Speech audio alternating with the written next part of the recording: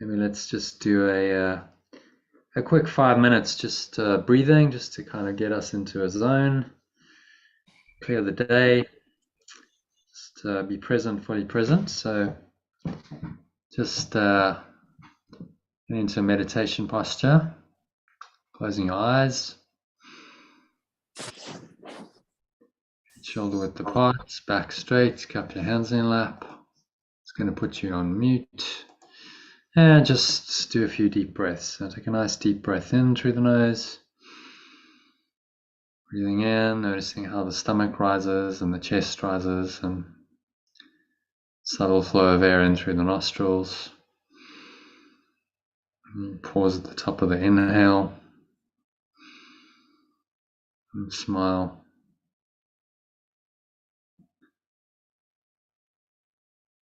And just check in, scan your mind, notice any thoughts, any emotions, any sensations going on related to those, and you're just going to let it all go. Just blow it all away. It helps you. You can imagine it's like a dark cloud. Just leaving you. It's going, gone. The breeze of your breath into the nothingness that it really is.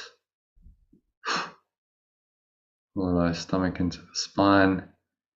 Expel the last remaining air out, and just rest in peace and stillness.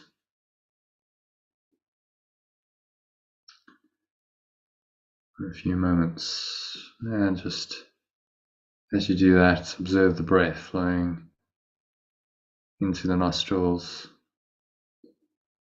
and out of the nostrils. So just observe the breath for 10 breaths. Very present, just observing all the subtle sensations of the breath, particularly the sensation in your nostrils, and the area just below your nose, between your nose and your upper lip. Just feel the subtle touch of the breath there. Focus all your attention on that area. And you just let the breath happen to you, through you, for you. It's just unfolding.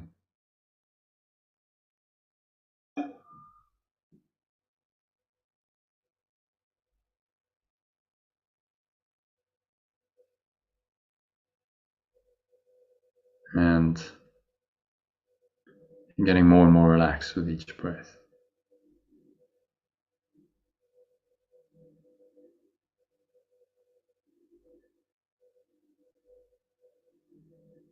Just sinking deeper, deeper and deeper with each breath into a peaceful, calm, relaxed state of mind. But you're very open, very aware, very expansive. This openness and awareness is the voice of the Holy Spirit. It can speak to you in this awareness. So you just mentally give the entire session to this voice, the voice of truth, the voice of pure, formless awareness, of perfect love. To open your mind to its presence. So just set that intention. So dedicate the session to my highest good, directed by the Holy Spirit. I'll learn what I need to learn.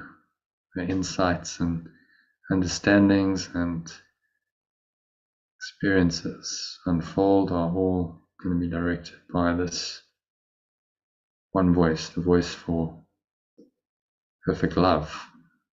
It's still in your mind. So it is said and so it is done.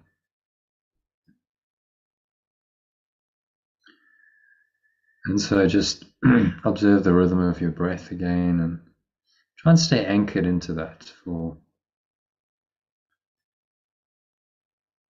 the rest of the session. Just keep some awareness on the breath, gentle, subtle rhythm.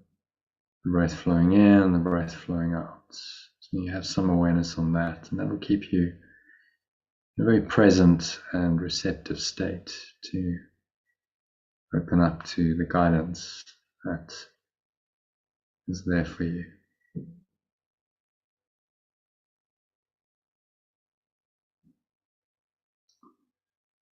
So when you're ready, just kind of gently open your eyes.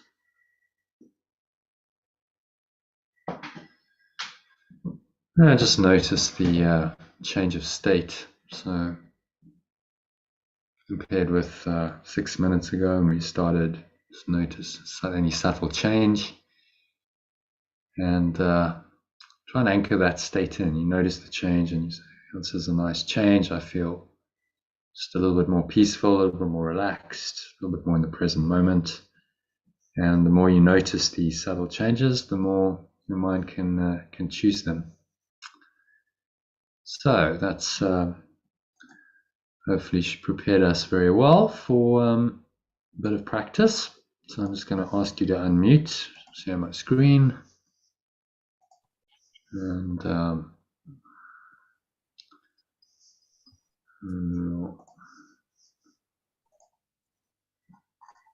just have a look at the quote for today. So, Lynn, if I can ask you to read that. Very simple, short, sweet quote, but there's some power in the words, definitely. Don't just count your blessings, be the blessing other people count on.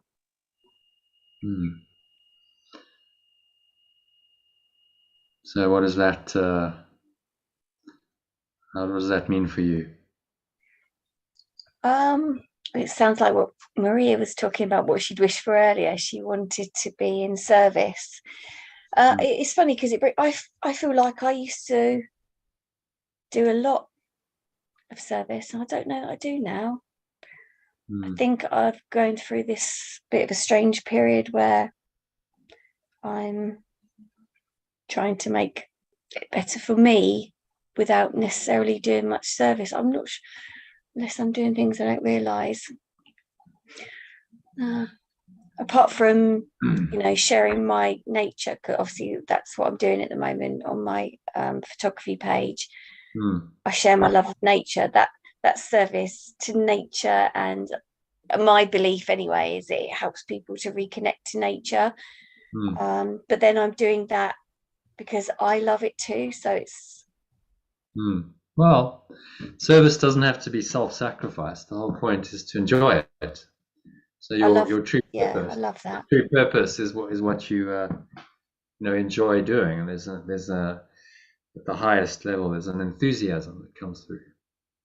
Entheos means God in you, and when that flows into what you do, then that's a blessing on other people, because it's got an energy of love and enjoyment, happiness, and whatever you're doing carries that frequency of energy. People do tell me that, and they say that about my pictures. So yeah, and I love it. It's like my big passion. I've finally found. It's been growing over the years, but it's like it's massive for me now. It's the most important thing I do in my time.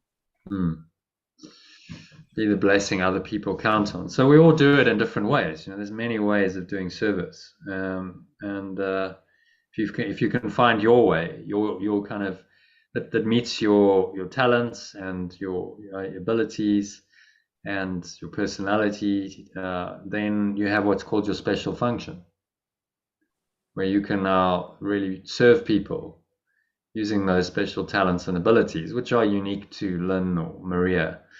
There's no one who has quite the same mix as you do, but it's dedicated to love. You're doing it from a place of unconditional love, wanting to really help people and to serve people honestly. And if you can find that, that's a calling. That's not a job or hobby or pastime. That's a calling. Feels like my calling. Yeah. And then you're on purpose. Then you're living according to the spirit's guiding you in your higher purpose, and you will find that you enter what I call a flow state when you're in that state. It's a very enjoyable, easy flowing state. Oh, there's Iona. Great. Very easy, enjoyable, flowing, kind of abundant state that unfolds. And so you're blessed by that as well. When you bless others, you're experiencing the blessings you give. This is the whole message of the course. As I give, I receive. As I give blessings, I receive blessings. So it's not just, count your blessings, be grateful for what you have, and that's certainly a start to bring gratitude into your life, but actually extend it in service, and find a way to be a blessing for other people. And there's something that does for our souls that's extraordinary. It really makes them come alive when you feel like you're of service. I think it meets the need for meaning in our lives. If we have a life just dedicated to self-service, and it's only about me, I think that's gonna be a life which you're gonna struggle to find true deeper meaning. And even the great mystics who spend many hours in meditation and going into these deep states of awareness, they usually have some kind of teaching function. They usually have a service element to what they do. They have students and disciples and so on who will learn from them, and they're quite happy to pass on their knowledge and try and help them. So then that's their way of giving service. So I think it's the recipe for happiness. Don't seek happiness. Just seek to be in tune with the spirit and let it guide you, and let the blessings flow through you, and then happiness will come automatically.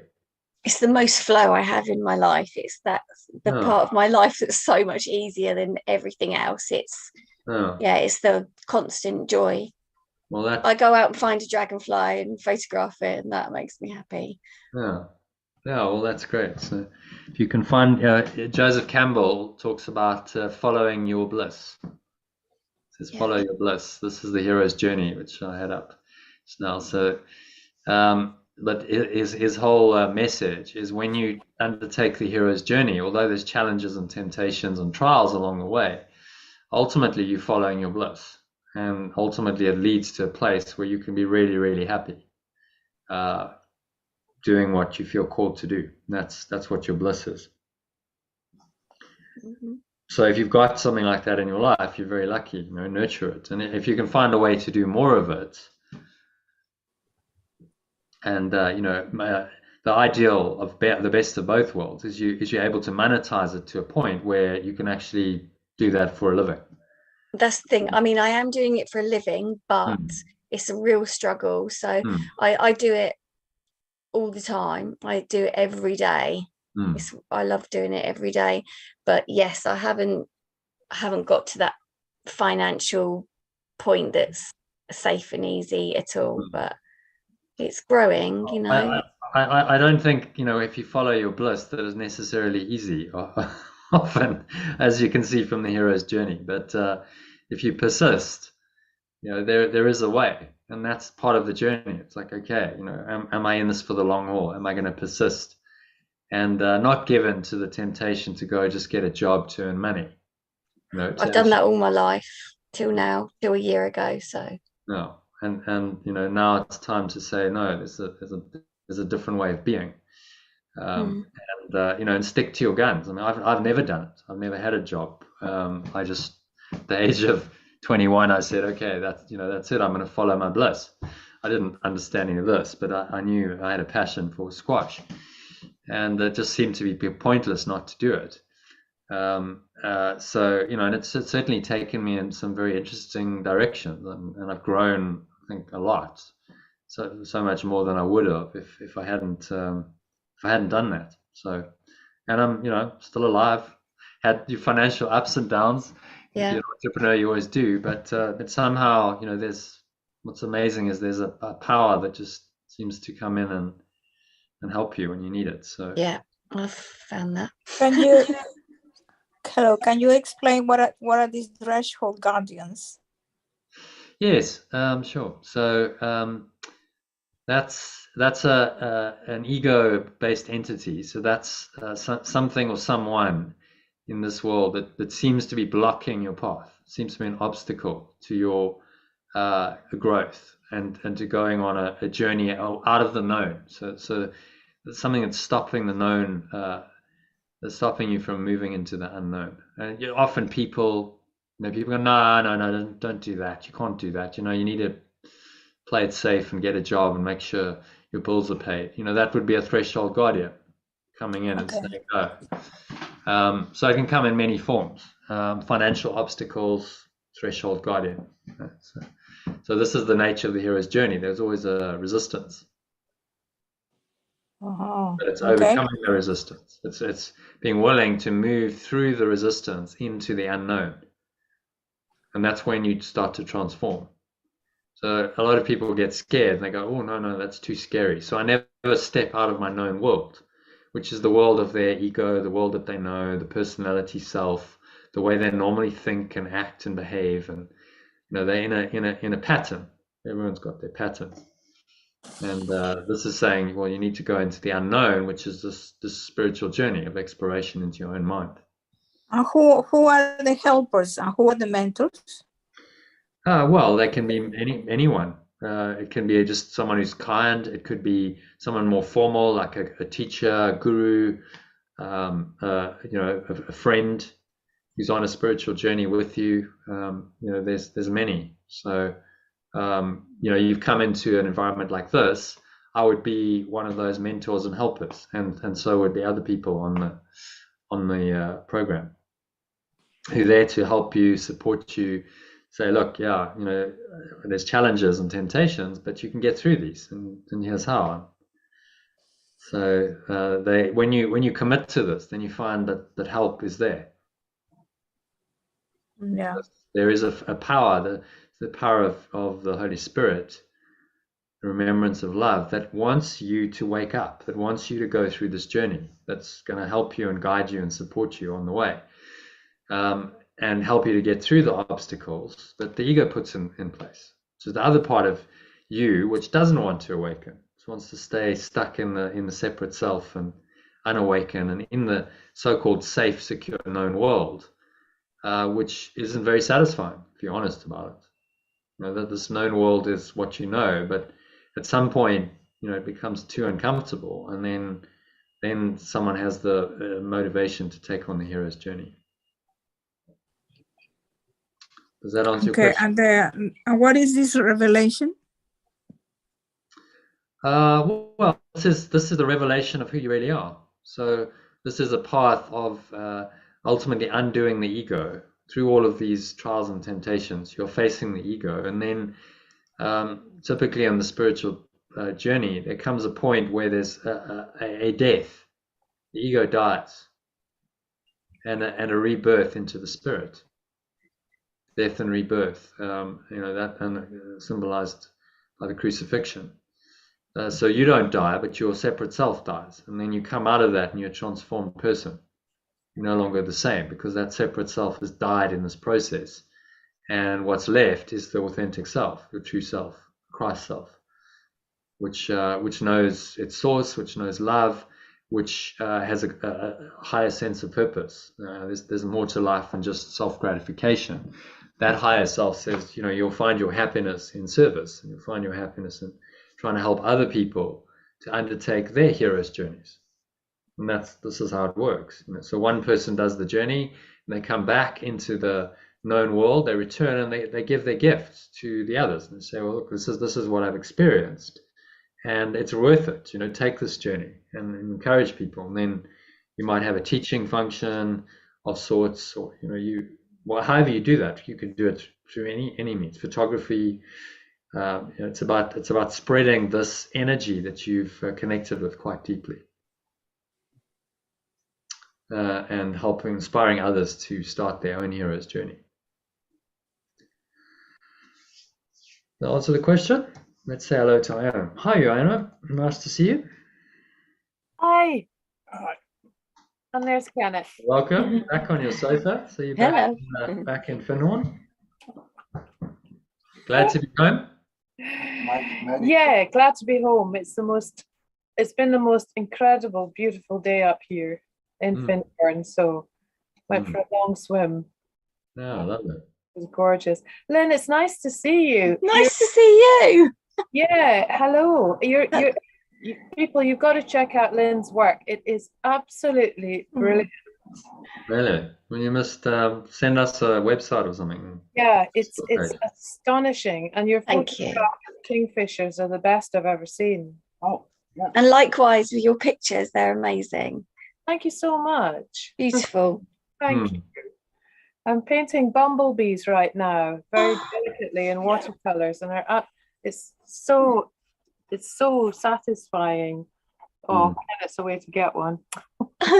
Okay, there we go. On the shows. Hang on, let's go to screen share mode, shall we?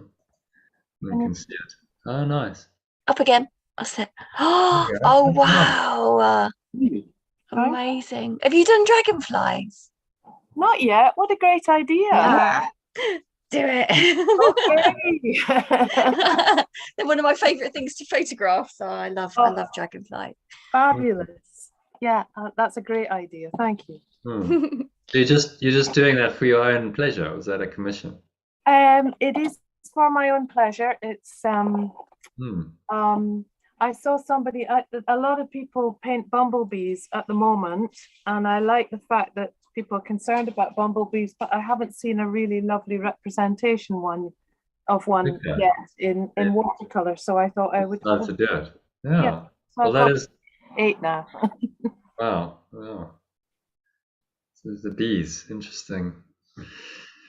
Interesting energy bees have. So anything to share? We are being recorded, just so you know, because I started it before you came on. But if you want to share anything, a treatment right now. So if I'm shrieking and that's like you're giving a reflexology. Well, it's when you'll find out, Johnna, when you come up here next week, just how broad his treatment is and how brilliant it is. I look forward to it. Yeah. Of course. Yeah. What else? No, it's been a really rough patch again. Ego kicking and screaming, really. Oh. But I'm out of it again, and onwards. Good. Onwards and upwards. Onwards and upwards. So these are to demonstrate the practicality of this. Maria, you're asking about the hero's journey. Yeah. Along this path. So Iona's been doing this quite seriously for 6 months. All kinds of stuff that's come up. These are the challenges and temptations. Yeah. Which test you and try you, and make you want to doubt and sort of turn around and do something else, go back to how you were. But of course you can't go back to how you were, because you've broken out of that and you know too much now. Yeah. There's no returning. So the only way is forward.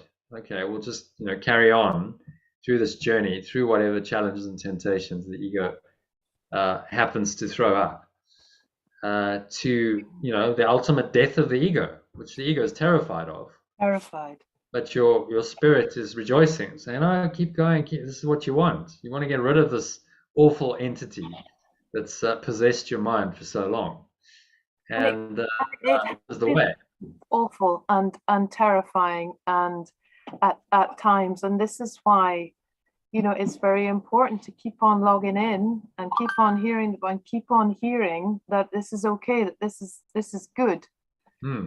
When it can just feel like hell on earth, really. When the stuck, scared, frightened, tenacious, sticky ego is really playing up. So that's why we need the mighty companions along the way. This is not a journey to do alone. for me. Anyway. Well, I think for anyone, I mean, by definition, you're going to oneness. So how can you take a journey back to oneness alone? Right. Kind of paradoxical. I mean, there are paths. Some of these Eastern mystics, they sit in silent meditation and contemplation for hours, weeks, days, years. That is a path, and eventually, they will get there. But Yeshua calls it tedious. He says these means are tedious and time consuming, and there's a better way. There's a much more effective way, and that way is the holy relationship. So he brings in relationship with other people. Says, well, your mighty companions who you see as your brothers and sisters on the journey. This is the quickest way, because you really start to feel the oneness, and you feel the love through these relationships. And they can be very, very helpful and supportive, because if other people are going through the same thing, you go, oh, okay, well, I'm not all on my own, and this is actually normal. It's like, this is part of the deal. If I'm doing the hero's journey and I'm undoing the ego, then of course I'm going to get resistance. What, did I expect it was going to be easy? Yeah, right. This is the power that's invented the entire universe to confuse and delude you and keep you trapped in time and space forever. But you're up against it. So of course it's not going to be easy. And this kind of a forum is there to help you, support you, and remind you. The principles are so simple. But it's just, you need to be reminded, because it's very easy on this journey when the ego is screaming, murder, to forget and then to be sucked into a very dark place in your mind, where the ego wants to keep you, and then it's quite hard to get out of that place. If ever you've been in a dark hole, you'll know what I mean. It can be very dark and depressing, and the idea of ongoing practice is you can just shift out of that. You don't have to stay in that for more than a few minutes, really. But if you notice you got stuck in it for a few hours or a day, okay, but notice, and then use these tools to come out of it as quickly as you can. Yeah. Okay, so shall we come back to, it's a little bit of teaching today, and then we'll go into the lesson, which is another review lesson, so it's pretty short. And then there's 13 paragraphs of text to get through if you want to, but we'll see how we go. I've got to get up early tomorrow and be on the train at 10 to 9. So we'll see. 13 paragraphs can take a while, but let's just be present and do what we can. So Iona, if you can read the first paragraph, please. Today's inspirational quote. Hang on, stick my specs on. Just here. Today's inspirational quote advises you not just to count your own blessings, which is a form of gratitude and always a blessing to you, but also to extend this blessing to others and be a light in their world. Okay. So any thoughts on that, anyone?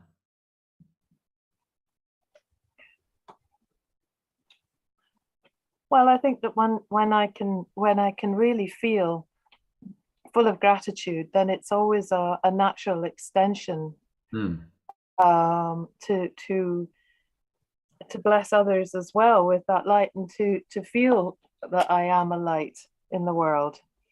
And I know that my generous-minded inclinations stem from that place. Oh, she would love this, or let's phone her, or why doesn't she come round, or let's do this for him, kind of thing. Yeah, and so it goes out. Yeah, you have to feel blessed yourself. It's very difficult to do that if there's not a sense of abundance and blessing in your own mind.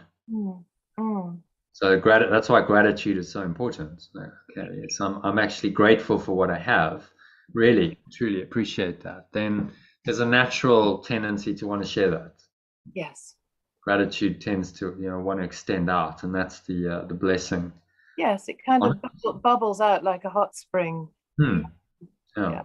It's got a sort of extendable energy. You know, peace, you might say, well, peace is more like an inner, you go within and you find your inner peace in your own mind. But gratitude and joy and these kinds of, you know, higher states have this kind of ebullient, it's going out quality, extending outwards to others, to be a light. And light, really, we just translate that as true awareness.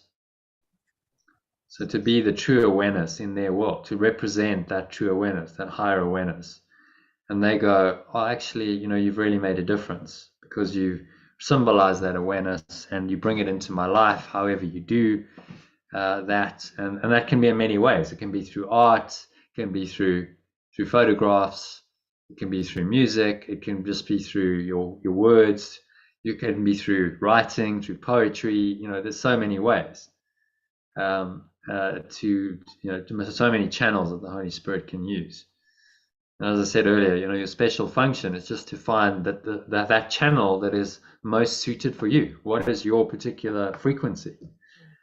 And you know, that meets your abilities, your talents, your preferences. Yeah, you enjoy, you know, photography or painting. Someone else won't, but then, you know, they're not wired up the same way. So this is what the Holy Spirit, what Yeshua calls your special function, which the Holy Spirit will use to show you what your purpose is and direct you in ways that are just really, you know, that's very helpful for you and the world. That's the thing. There's no sense of sacrifice. It's not like, oh, I need to be doing this and then suffering. It's no, I'm doing this in joy and enthusiasm. And it was interesting, like, because you kind of almost felt, it almost seemed like you were a bit guilty because you enjoy it so much. Oh, no. Yeah, I do. I'm not That really is doing true. service because I enjoy it so much, but that's, you know, that's not correct. Can you see That's that? good. I'm glad I said it then, because Yeah. I do, like I said, I've worked all my life, and I told you what happened to me last year. Yeah. And then since then, I've been doing what I'm doing, and it is pure joy. You know, I can't get that in all aspects of my life, but that part of my life is almost constant joy. When I'm out, whether I'm outside, looking for things, taking the pictures, or if I'm sat at home on my bed here, processing my pictures, and then I share them, that's very close to 100% joy all the time. Yeah. So then, you know, that's a calling. Yeah. When you have that sort of feeling, that's you're blessed by that particular undertaking, activity. And then you extend blessing through it, because the energy that you have in it, that joy energy, comes through in the pictures, and people pick that up, even though they're digital photographs and they on the internet. There's a quality that comes through in a photograph. If it's taken in joy, then people will pick that up, and then people tell me that. Yeah, and then the photograph carries your energy. You see, so then there's extending of the blessing outwards.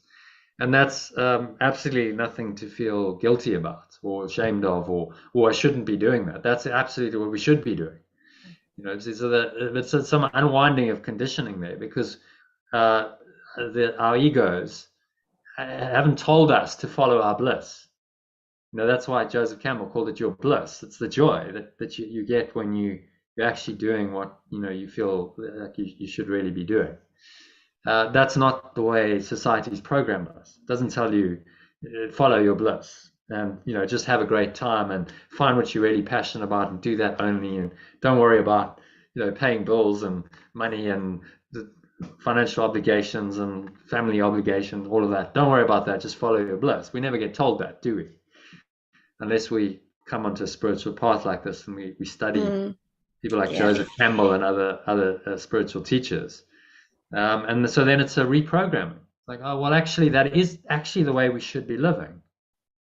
To be truly happy and authentic to our true self, we need to live this way. There's no other way, really.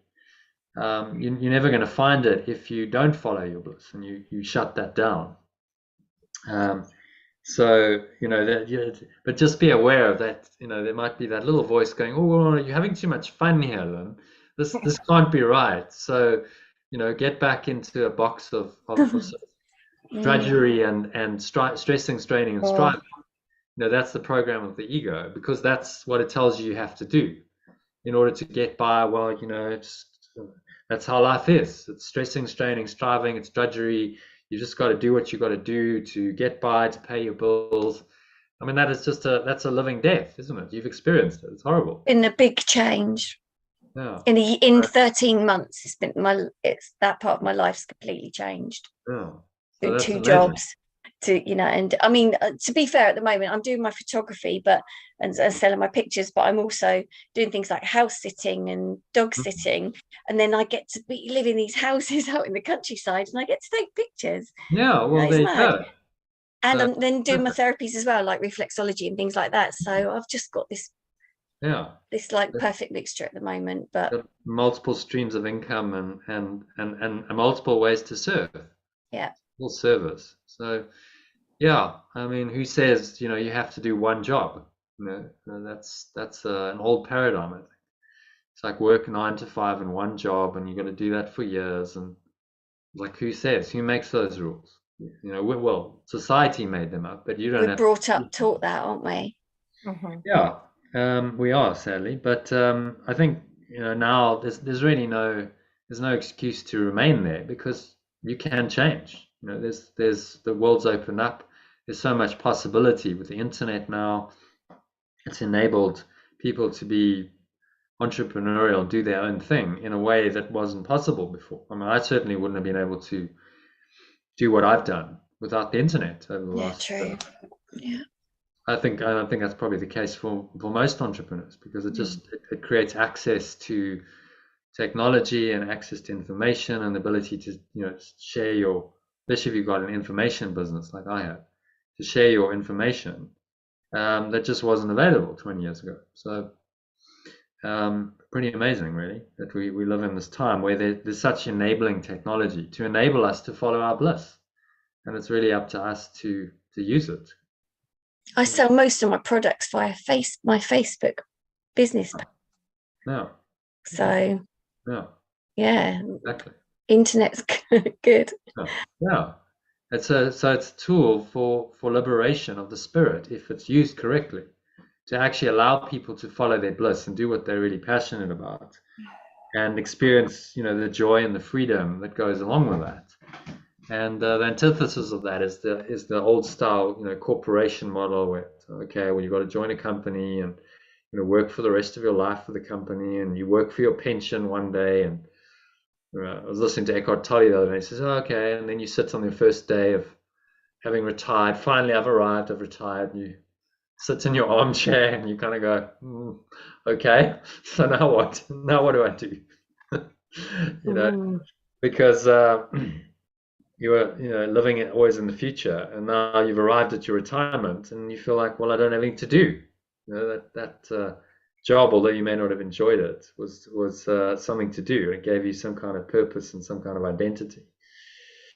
So before that stage, find your bliss and follow it. And if you found it, you're very lucky, because many people don't entire life. And then just be guided to follow it. Say, okay, I'm grateful for it. If I can do this full time and earn a living from it, and that there's maybe a process to that, but I'm trusting the spirit that that's what's happening, and it's really it's faith, isn't it? You've got to really trust.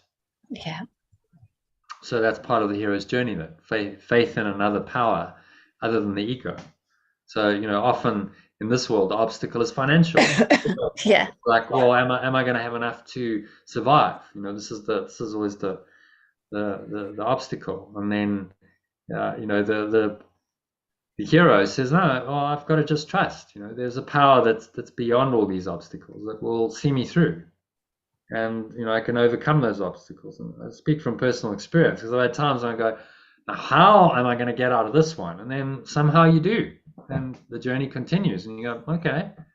And so then you start to learn that actually there's always help. Doesn't matter how desperate or dire things seem to be. Actually, it's never that bad. And there's always a way if you have faith and you trust and you listen to the guidance. That's very important. Listen to the guidance, what you're being told by your spirit, because that's going to direct you, truly. Okay. So where are we? Number 2 then. Apart from the obvious benefit. So Lynn, if you can read that. Actually, Maria hasn't read. Maria, if you can read that for us. Where? Apart from the obvious. Okay. Can you make it a bit bigger? A wee bit bigger. Yeah. Yeah, the letters. Yeah, okay. Apart from the obvious benefit to others, I am by the way, I am in an iPhone. Girls, I don't know what are you using. I have a very small screen, okay? Laptop. Right. No, I have only an iPhone. Okay. Apart from the obvious benefit of doing this, you benefit even more than you will by just counting your own blessings, because as you give, you receive. So you will experience more abundant blessings of love, peace, joy, and gratitude for all these higher states of being by giving them freely to others. All right. Okay, Can I say sense. something? Can I say something now? Yeah. I've been listening to both Iona and Lizzie? Lynn. Lynn, sorry, Lynn. That's okay. Yes. Lynn. And of course, I could say it makes me very jealous, but no, I don't feel jealousy. But what I do feel is a very strange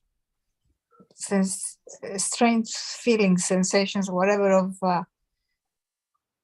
I don't seem to have any special functions. I don't seem to have any special skills or hobbies or anything that I am passionate about that I could use in this way of first of all to feel the gratitude that I can then see the blessing and then extend the blessing and be delighted.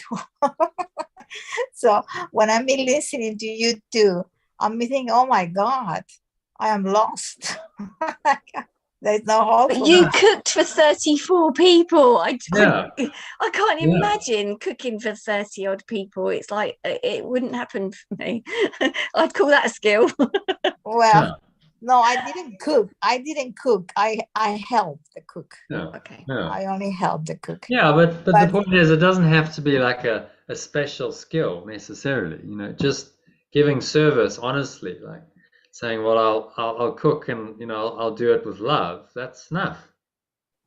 So it doesn't have to look like, oh, I'm an artist, or I'm a photographer, or I'm a writer, or I'm a poet. I mean, those are fine. If you have that particular skill, talent, then by all means. But it doesn't have to be. Just being loving and kind and expressing that in your daily life is actually okay. That's enough. Well, it's not, as I think I told you, it's not something that I planned to work in the kitchen. I didn't plan to do this. I ended up doing this because what I planned to do didn't work. So, okay, that I accept that, because usually there's a joke for God, isn't it? To make plans and God changes them. And that's about you. Okay. So I accepted that, and I accepted to go with the flow of things. I ended up in the kitchen. All right. But it's not that I chose to do it. It's not that I can say that I love cooking. I don't love cooking. I think I already told you that I didn't cook very much in my life. You did, so, yeah. Okay. Also, there's a lesson in it. There's a lesson in the fact that you're cooking. It doesn't mean it's your life's calling, but there's a there's a lesson in it that could move you on to something else. I'll tell you a story actually from a spiritual book that I read. The guy was in some monastery, and he had a talent for music. So he's like full of himself, saying, "Well, I should be playing music. That's my calling, of course." And his teacher says, "No. We think you need to be in the kitchen washing dishes." And so, of course, he gets furious. He's like, "How dare he? You know, I am so important and I'm this great musician and I should be playing music and using my skill to like bless everyone. And but it's all ego, and his teacher knows that. So he's like, okay, you're assigned to dishwashing until you get over that. And then one day he actually has quite a spiritual experience washing dishes. And he's just like, oh, actually this is okay. I'm not resisting it anymore. I'm actually quite enjoying it, and enjoys the experience of it and the soapy water. And he's just kind of in the present moment, and he actually goes, well, that's not so bad. I kind of get it. And then, the next day his teacher says, okay, well, we've decided, actually we're going to take you out of the kitchen and now you can play some music, because he needed a lesson. So this is how it goes. Your hero's journey. The beauty of this is that you're not really in charge of this. Thank God you're not in charge of it, because if you were in charge of it, then you'd stay trapped in the known world. That's your plan. That's the ego's plan. You're not really in charge of it. You're just following the guidance. There's guidance, and there's mentors and helpers, and these things come in, and it's all part of a greater plan that in our limited human self we can't really conceive of this. We can't conceive of an intelligence like this that's actually really beneficent, and it's trying to help you at every step of the way, and is really blessing you. And even in the challenges and temptations, there's a blessing, because it's teaching you a lesson. The reinterpretation of that challenge and that temptation, that obstacle, is what's going to help you come into an awareness of who you really are. So it's a blessing, all of it, the entire journey, even especially the challenges and the temptations. And so that's what we have to recognize. When it gets tough, you have to go, but it's only tough from my ego's perspective. Actually, this is teaching me something very, very profound. And remember, that's the whole point, is to learn your lesson. So however you're doing that, you're on your hero's journey. I can tell you, you're on it. The fact that you went to Findhorn and you changed your plans, and now, we're having conversations and we're going to meet, I can assure you, you just trust the process.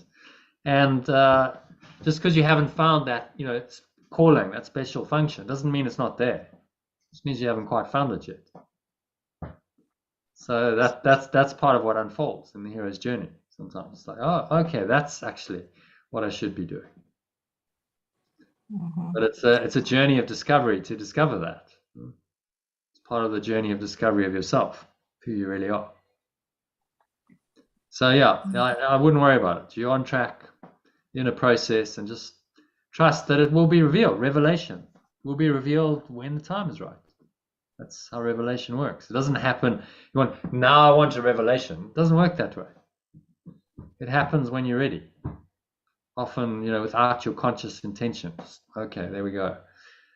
You might have shown up and you might have, walked the path, and then revelation happens because all of those preparatory steps are necessary. But it's not something like you go, right, now I want my higher purpose, please. No, it doesn't work that way. So I'd say just relax. It's all good. Relax into it. You're clearly on a path. You're moving out of the false self into the unknown world, and that's happening. And you're having these different experiences, and you had some challenges, didn't you? You had some challenges around the cooking, and that lady who wasn't very nice to you. So this is what happens. So that's a sign. If you start to get some challenges that are out of the ordinary, that really test you, that's a sign you're on your hero's journey. It's a good sign. You see that? Yeah. So it's all good. Okay, so where are we? Next one. How do I count my own blessings when my life is hardly a bed of roses, you might be wondering. Now, the simple answer to that is practice letting go. That's what it's about. There's only one thing you have to do. The simplicity of Course in Miracles is marvelous, because he's saying there's only really one thing you need to do. There's not multiple things. You just need to let go in every situation. And if you can learn how to do that, then all of this will happen. You'll go on your hero's journey, and your higher purpose will reveal, and love, peace, and joy, and gratitude will come your way, because you know how to let go of the blocks to the awareness of love's presence. So that's what that's why this program is called The Art of Letting Go, because it's about training you. How do you actually do that? No one's taught you before. How do you actually let go? And make this a very practical problem-solving technique in your life, that you can approach problems in a different way by letting go, and you'll find it enormously helpful, miraculously helpful, when you can do that. Okay, so next one, I think it's cycling back to Iona. You can learn to let go of your misperceptions, scarcity, anxiety, and any other emotion. You can learn to let go of your misperceptions of scarcity, anxiety, and any other negative emotion they seem to cause in every situation that arises to tempt you to believe in them.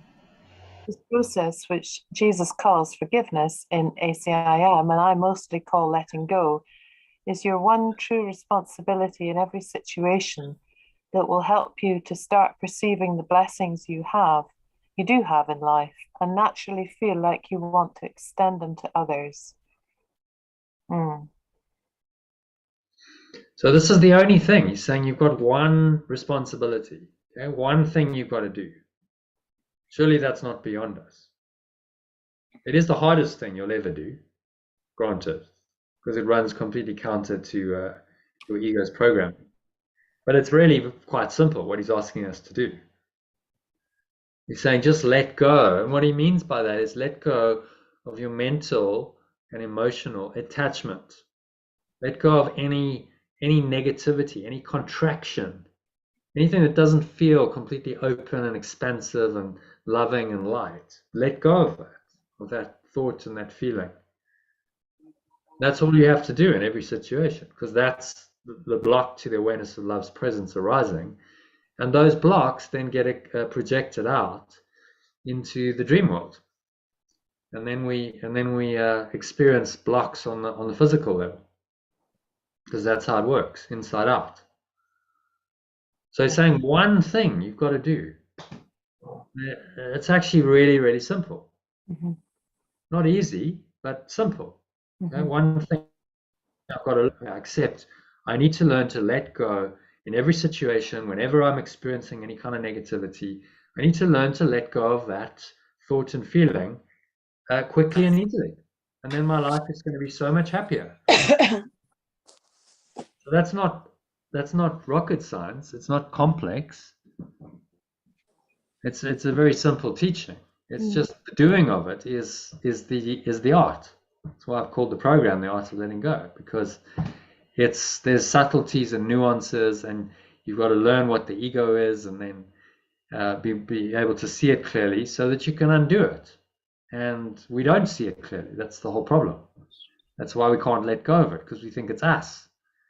But as soon as you can see it clearly, then there's an awareness of it, and then you automatically in that awareness know that you are not it, because how could you be aware of it otherwise? If you were it, then there would be no ability to be aware of it, would there? So just the fact that you can actually observe the ego and look at it with some other awareness means that the ego can't be you. You see that? And then that paves the way to the letting go, because with that awareness, you can then make a conscious choice to say, okay, I see that this isn't really true. It isn't real. It's not what I want. So yes, I'm willing to let go of the thoughts and the emotions that make up this mental emotional state, whatever you want to call it. Fear is a kind of catchphrase, but there's many subtleties and nuances to the ego's thought system. So this is why we study this mind training program in such detail, because of the subtleties and the nuances. We have to really study to learn what they are so that we can undo them. Okay? Yeah. So any questions on any of that? No, it's good. Okay, so moving swiftly on then to, you cannot force yourself to feel blessed. Me?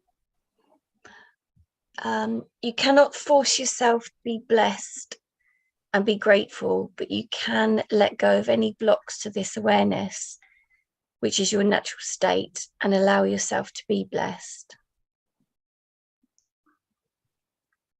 Yeah. So you can't, you see what I'm saying here? You can't force this. Oh, I want to be grateful. Okay, just be grateful, damn it. I mean, that's never going to work, is it? You can't force it. It has to come from an open heart. And so Yeshua's saying, well, gratitude and abundance and joy and peace will all come if you can just let go of the blocks, because the blocks are what's blocking that experience. So let go of the blocks to the awareness of love's presence, and all that's going to be left is your natural state, which is love. Kind of makes complete sense. It's so simple. You think, how could something so simple be so difficult? Excuse me, what are the blocks? What the blocks are the fear, negativity, and all that. No, anything that takes your awareness away from love, anything that feels contracted, that feels limiting, where you're not feeling 100% happy and expanded and joyful, that's a block to the awareness of love's presence. That comes in many forms. It's actually only one thought system, but it seems to have these different forms, and we call those forms fear or guilt, sin or attack thoughts, anger, frustration, sadness, depression, jealousy, rage, and so on. We have names for these states, but they're all just a block to the awareness of love's presence. And what Yeshua is trying to teach us here is that all the blocks are the same. There's no difference between the blocks. It's one thought system. So whatever it is, it's all the same. It's one part of one false thought system based on a false idea of separation. So then you don't make one block more bigger than others or harder to overcome. It's all the same. The Holy Spirit looks on all of it and says, but this is all unreal. Remember, it doesn't matter what you think the block is. It's not really there. The block is only in your own mind. And this is how you find your natural state, your true self again. Simply undo all the blocks, cut away. Think of it, we're talking about art and so on. So you're a sculptor. So you don't paint a picture of your true self. You cut away what's not your true self. See? So Michelangelo, when he was asked how he did the David, how he sculpted, probably the most famous sculpture in the world, which is magnificent, just so much detail. He said, well, all I did was I cut away what wasn't David. So like the essence of David was there. I just had to remove what wasn't David. And it obviously worked for him. I mean, he created possibly the most amazing sculpture ever. So in the same way, we are sculptors. And our task is to identify the blocks and then cut them away. Okay, cut that away, shave it away. And that's what the letting go process is. You cut it away. It means you drop the thought and emotion. You're simply not thinking that anymore. You're not feeling it anymore. So it's powerlessness. It's no longer something that has the power to remain in your mind and in your body and your energy system and influence your thoughts and your words and your actions. Because you've chosen to let it go. So that's choice, awareness first, foremost. So you see what's helpful and what's not helpful. Because if you can't discern that, then how do you know what to let go of and retain? You see, so most people don't know this. They don't have enough awareness, so they get confused, and they think that the ego is the spirit and the spirit's the ego, and they don't even know that there are these categorizations, these fundamental difference, and they just kind of muddle through. And they're really being guided by the ego, and there's no lasting sense of happiness or peace or joy in that at all. Okay, so cannot force yourself to feel blessed. Has someone read that, or did I read it? Yeah, I did. You read it, yeah. So can't force this. Just let go and allow yourself to be blessed. So when you let go, the blessings will come. That's the thing. You don't have to force this. You just experience, when you've truly let go, you will experience a sense of oneness, open-heartedness, love, peace, joy, gratitude. These just arise naturally when you let go. You can't force it.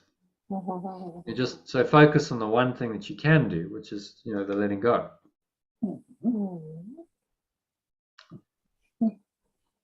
Okay, so then the next one, Maria, if you can read that. It is indeed strange. It is indeed strange that we need to allow ourselves to be blessed, as one would logically think that we should have no problem accepting blessings that make us feel happy.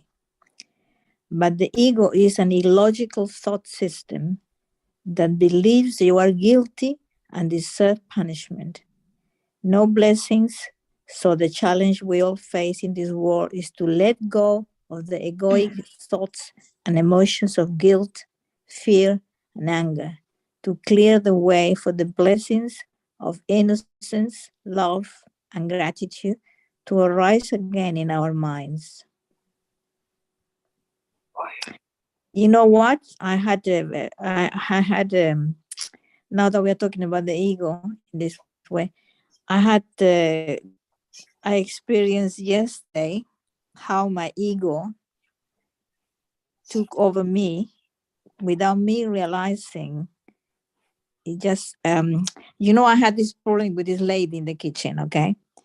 And anyway, some days passed by, and I actually had a nice talk with the focalizer of the kitchen. So we talked about it, and it was clear what had happened, and it was okay. Everything should be okay. And then when I met this lady again yesterday, because it was her time for cooking, and I sat to eat, and then she came and she sat next to me, next in front of me, and of course then I was shocked first, and then I look up, and you know what? Her face was full of light, and her eyes were so loving, and she had a sweet smile in her face. And guess what? Something my ego, honestly, this horrible thing called ego, will not accept that. I actually turn around my face and I look away. And then of course immediately there were other people around, you know, so it wasn't that obvious to probably other people, but to me and to her it was probably very obvious to her and to me. And I can't believe that something inside me felt like a stubborn child, like I wanted to have my tantrum, or I wanted to keep the drama when I had decided that I didn't want that. What happened to me? Your mind got hijacked. Yes, it was hijacked, exactly. Yeah. That's what I felt. It's horrible. How can this happen? Well, because it's a deep-seated belief. So it's in your subconscious. It's a very ancient belief. It's why we think we're human. It's you know, the belief. But believe in what? Believe in what? She was clearly sending me a message of love, of everything is fine, of almost. She was asking, forgive me or whatever, sorry, and I ignored her. Because your ego is addicted to separation, you see. So when someone is extending a blessing like that, then that's threatening to the ego, because the ego wants to maintain its grievance against her, because that keeps you separate from her in your mind. But I thought I was already a bit better than that, for God's sake. Well, evidently not. If you have that experience. So, you know, don't beat yourself up. It just shows you where you are. So, okay, well, I need to do some more work then. You know, there's clearly some it's awful. It's awful. It's awful. There's some resistance to love. See, she's actually showing love, and then you don't want to accept it, because love is the greatest threat to the ego. So it's always going to turn away from it and not want to accept it and deny it, because if there was only love, there would be no ego. See? Love is the complete undoing of the ego, which is just the belief in separation. So remember, the ego's belief in separation, that's what's behind this whole thing, this whole mad dream that we think we're caught up in. And we're addicted to it. So the reason you have that resistance is because on a subconscious level, the ego does not want to go. It wants to maintain its hold on your mind. And that's why it's difficult, because it's subconscious. If it was just, oh, well, of course, consciously I just let go and then I'm free. Well, it would be very easy, wouldn't it? But we have a subconscious mind. We have a deep-seated belief that runs to the very core of our human existence. The only reason we believe we're human is because of this belief. So it's a foundation of our supposed identity, our reality, our world. It's a very powerful belief in our minds. And so this is why you had resistance, because that belief is being challenged when someone is loving, and it doesn't want to see that. It prefers to remain in its judgment and in its grievance, because that keeps it separate and alive. Does that make sense? Yes, I know. Well, at least I'm aware of what I did and why I did it.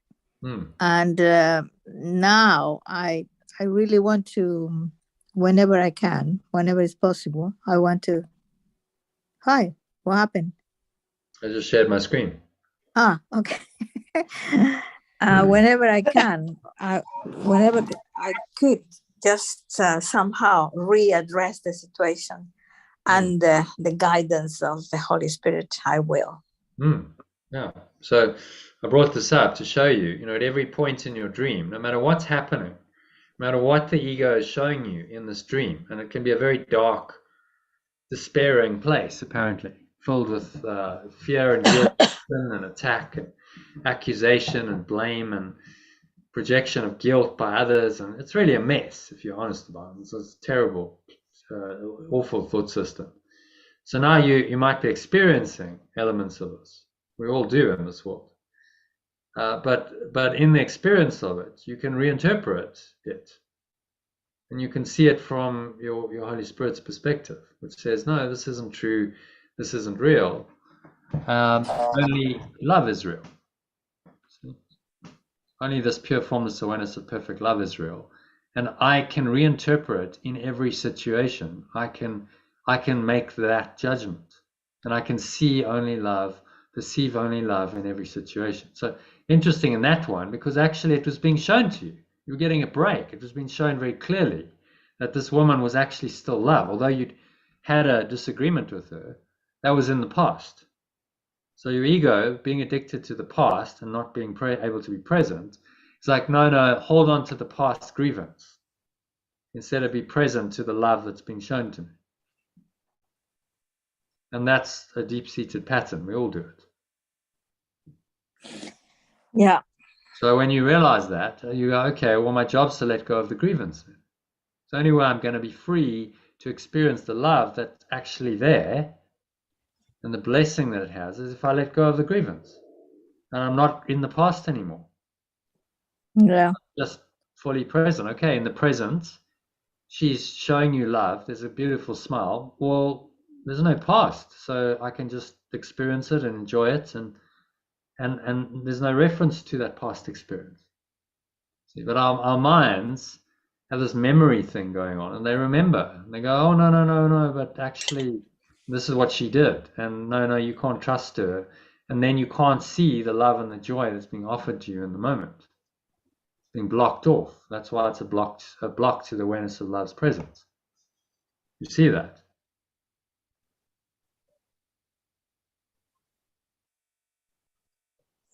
Yes. Yeah, it's clear now. Thank you. And this is all you've got to do. See it. Don't beat yourself up if you make a mistake. It's okay. It's like, all right, well, or it's just useful. It's like, okay, well, I can see there's resistance there. I can see that my ego still has a lot of investment in guilt and sin. I couldn't just let it go and see she was the love. I still believed in guilt and sin, and I'm still seemingly separate from her because of that. And Yeah. so that's useful to see. Okay, this is where I'm at. So I need to do more work, and I need to be vigilant of that belief, because it'll come up again and again until it's healed. These situations tend to occur until the underlying energy that's driving them has been changed. That makes sense, doesn't it? Because it's inside out. The integral model, go back to that, says inside out. Intentional, your individual interior, your thoughts and your emotions lead to your behavior. And the same happens on a collective level. Culture, collective culture, which is a group of people thinking and feeling similar things, then leads to systems. Okay. So any questions on the integral model, any of that? Any teaching? So if not, then thought maybe just spend a little bit of time on some of these translated terms. So this is our glossary of terms, which you may have seen. I did send it to you. And thought maybe we'll just talk about a couple of the key terms, which I mentioned in my email, so that you can just get some more clarity on that. Did you like that? Yeah. What do they actually mean? I think you were asking me the other day. So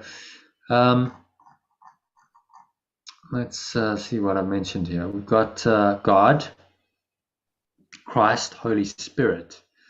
So there's a good diagram that I showed a little while ago. I'll see if I can pull it up and find it. So this is from John, Holy Spirit.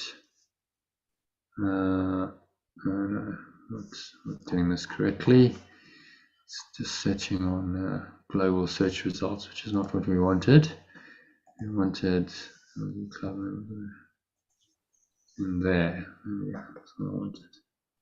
So Holy Spirit. Let's see what comes up quite a lot.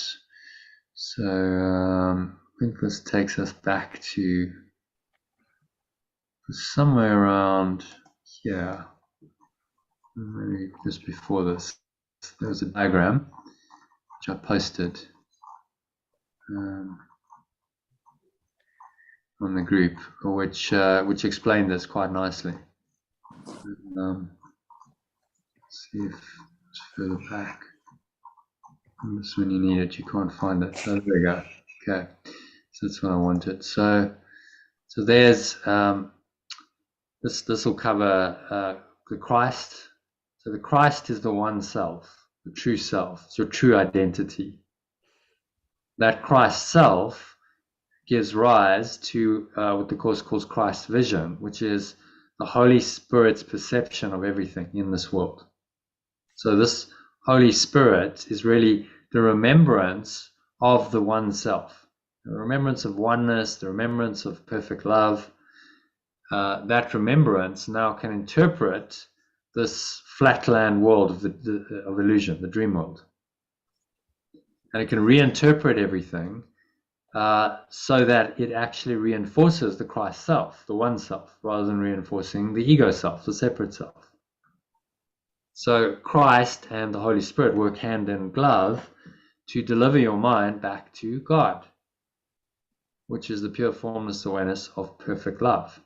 So Christ, this higher self, and the perception that the Holy Spirit inspires ultimately lead you back to a state of pure formless awareness of perfect love.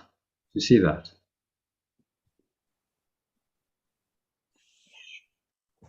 And that, so Christ and the Holy Spirit deliver you to God. That's what we say. Because it will bring you ultimately into the state of revelation or grace where you just experience this. It's a pure experience of this pure formless awareness, of this perfect love. And there's not much else you can say. You know, that ecstatic experience is the highest it goes. That's another world, another dimension. Christ and the Holy Spirit merely lead you to that experience. So they deliver you to God, put in other language. So is that clear? Just so you understand how this Holy Trinity fits together, because that's these terms are at the core of the course. He uses God a lot, Holy Spirit a little bit less so, Christ a little bit less so, but they continuously come in, and it's important you understand what they actually mean, what they refer to. Okay, so any questions on that?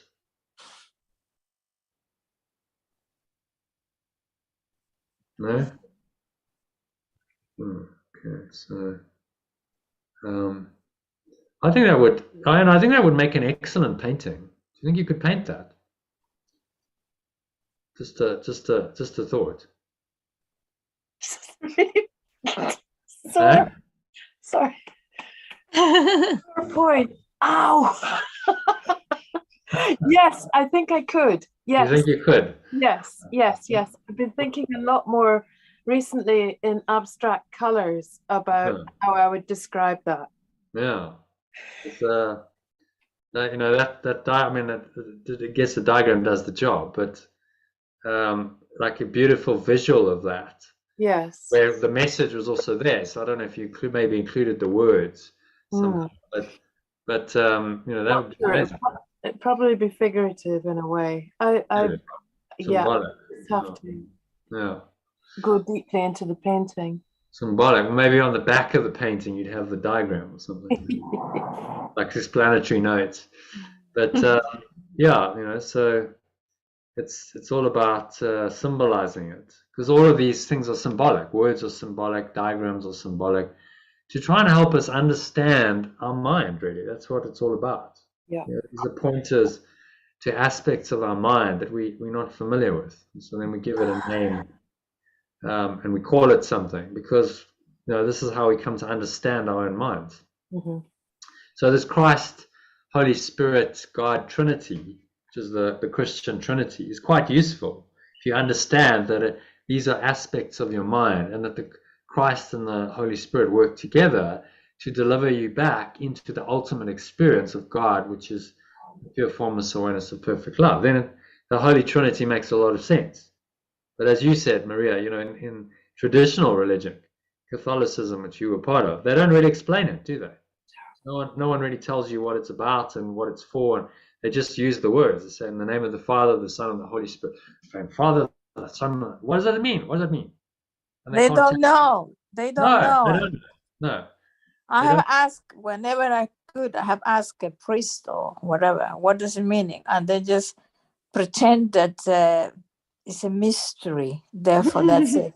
It's a mystery. Just accept it's a mystery. Yeah, exactly. Because we don't really understand. And they make out like it's something outside of us as well. Yeah. Yeah, the Holy Spirit is something, well, God, all of it, something outside of it. Christ is a person. Christ has become a person to them. Christ was the one special Son of God, as Jesus. So that's definitely outside of you, apparently. And then the Holy Spirit is some kind of intangible presence that's there. But it's not in your mind. It's sort of something that's going to kind of come and bestow its grace on you if you're lucky enough. It's not a part of your own awareness or your own mind. And then God is some distant figure in the sky somewhere, some concept. If you may not believe it's a man in the sky, but some kind of being, super being, kind of out there that will reward you or punish you according to your deeds. And so everything's out of your mind. We've literally gone out of our minds, and the conception of these things, the Holy Spirit and the Christ and God, reflect that. If it's a false concept, then all of that's going to be false. But the true interpretation of these terms can be very helpful in your journey back to God.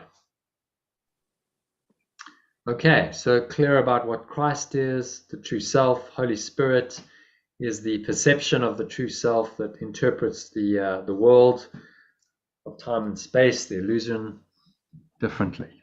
And all of that ultimately prepares you for the revelation of grace, which is the pure formless awareness of perfect love or God, that is our true nature. And ultimately, we end up in that. There's nothing else. So, all right. So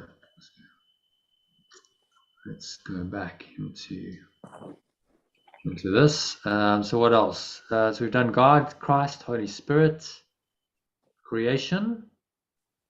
So that's again something that people can be confused about.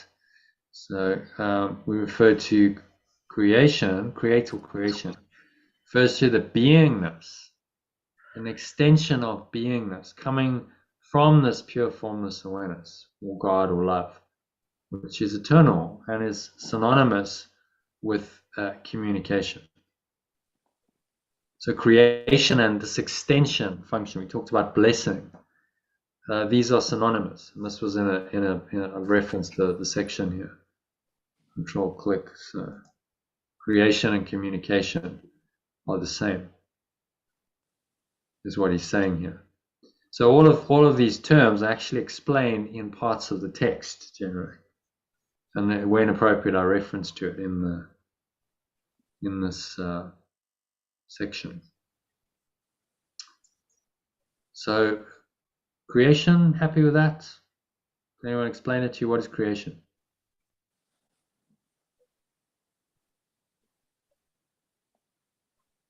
Lynn, do you want to have a go? No, God, no.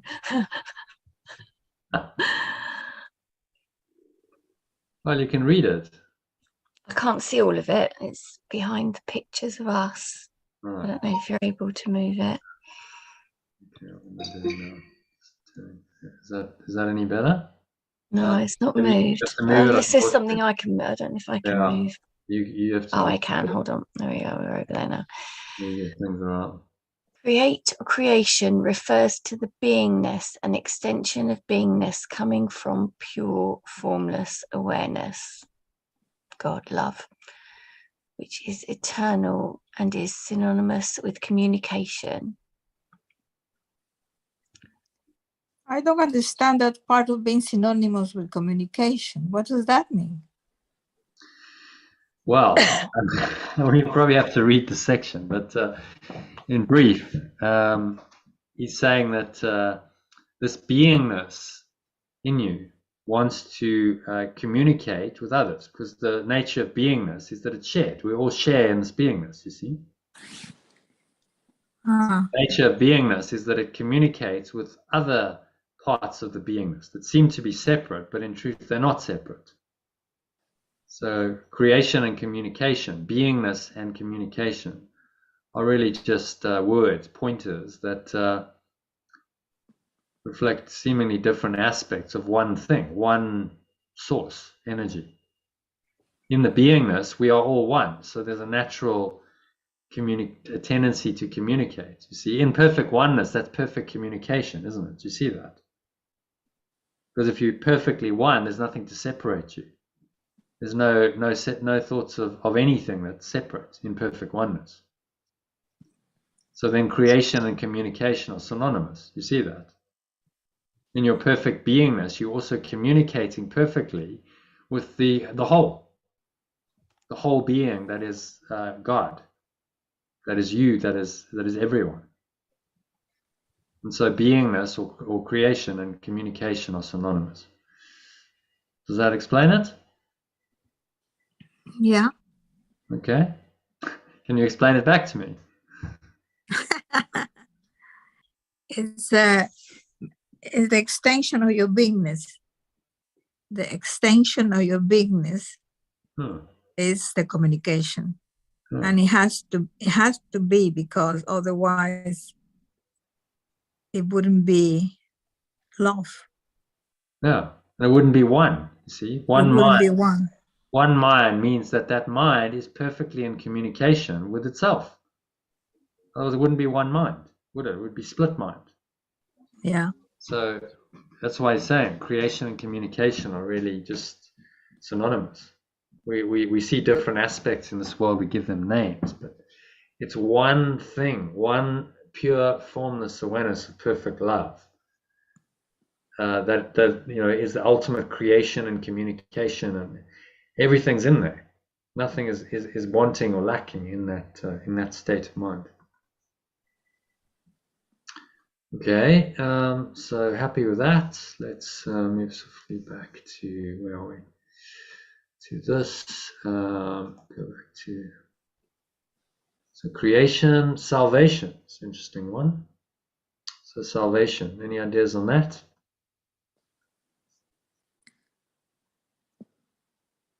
Impressed if Maria or Lynn get it. What do we translate salvation as? Salvation. Yeah. You mean the alternative to salvation? Yeah. What's the word we use? I don't know. I don't remember. Okay.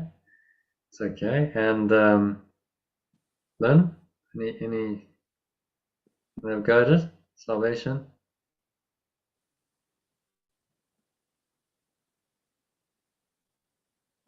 Any thoughts on that? Not sure. Lynn, you still there? Or are you frozen? I think she's frozen. It's not moving. Okay.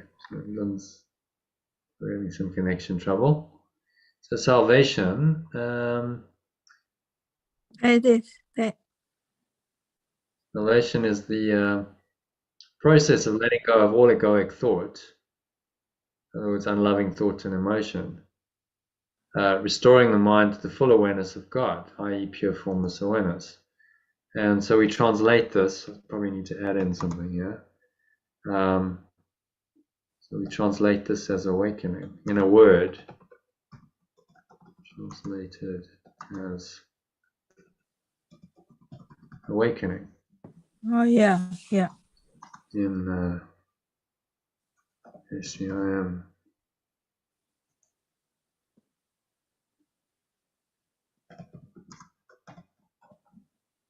Alternative.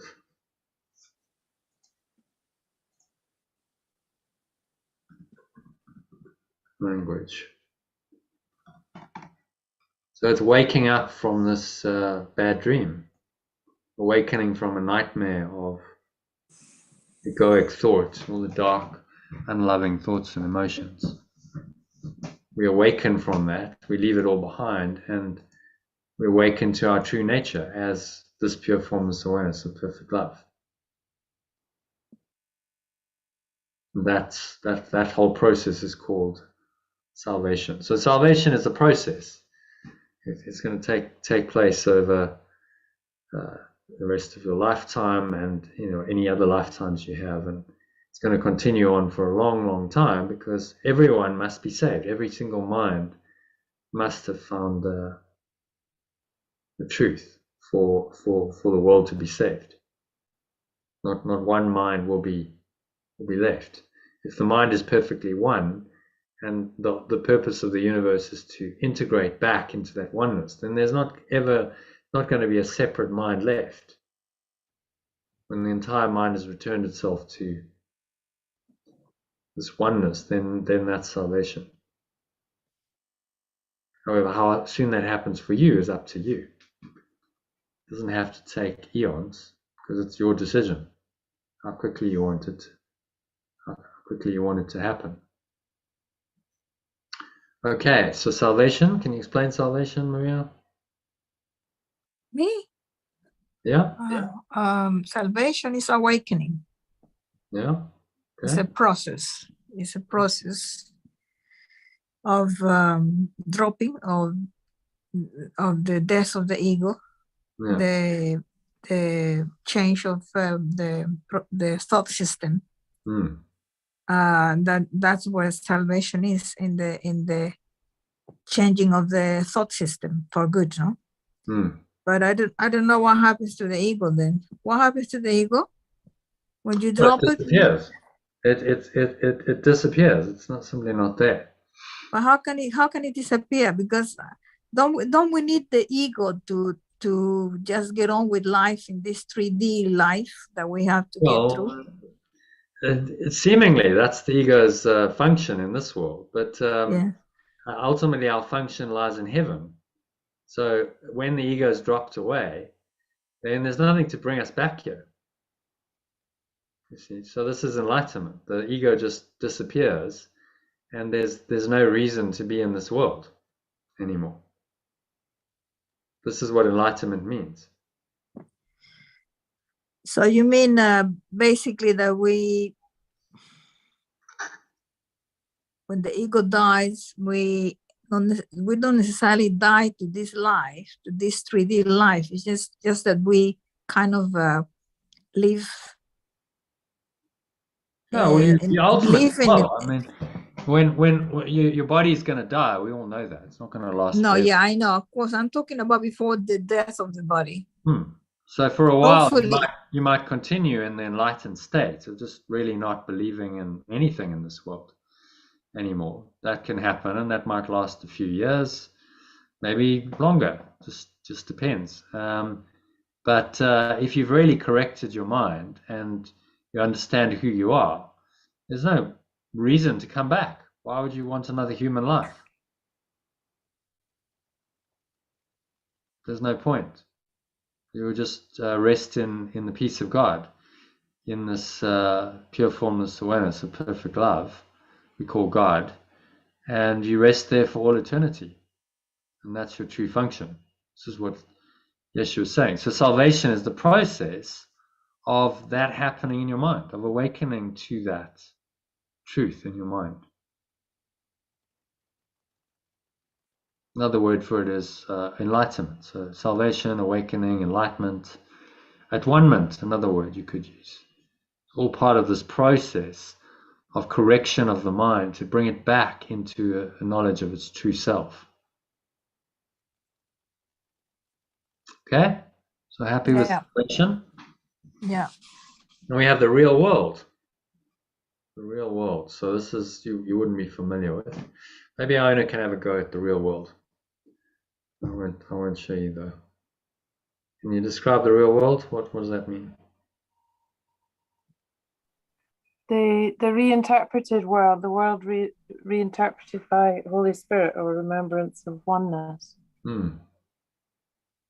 So if I'm scared or frightened, or the Holy Spirit will correct my mind and remind me of the healing opportunity that I could see this all for.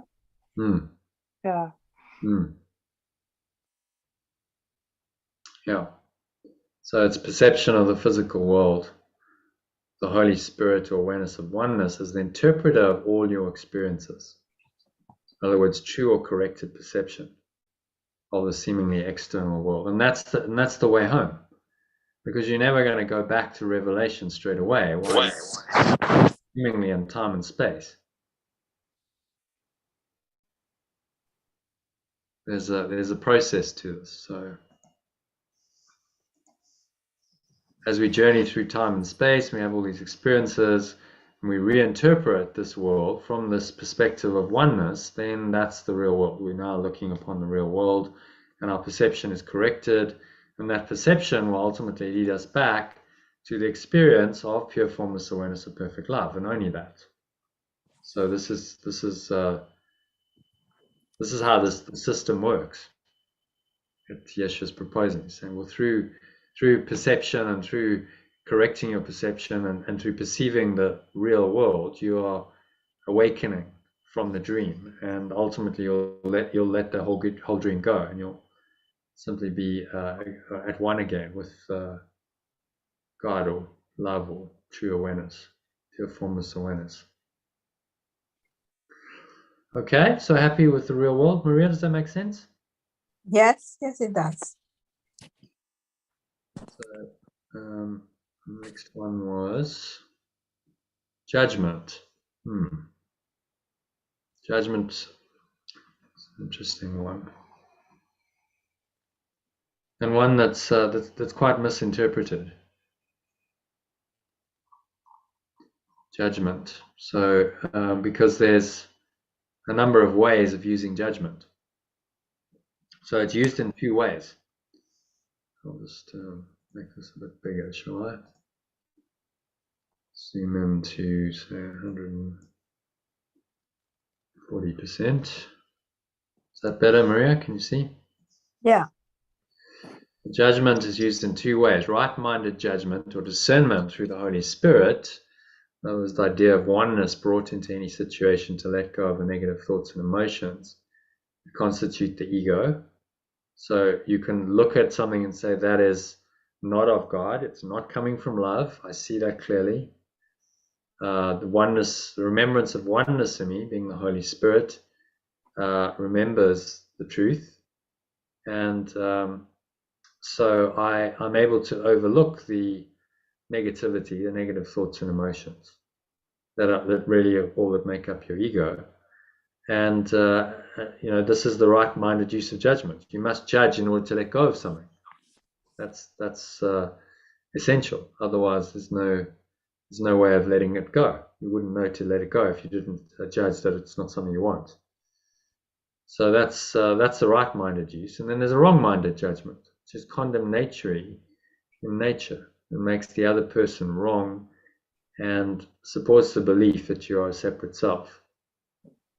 And therefore is always an attack on the one self, the Christ, that we share.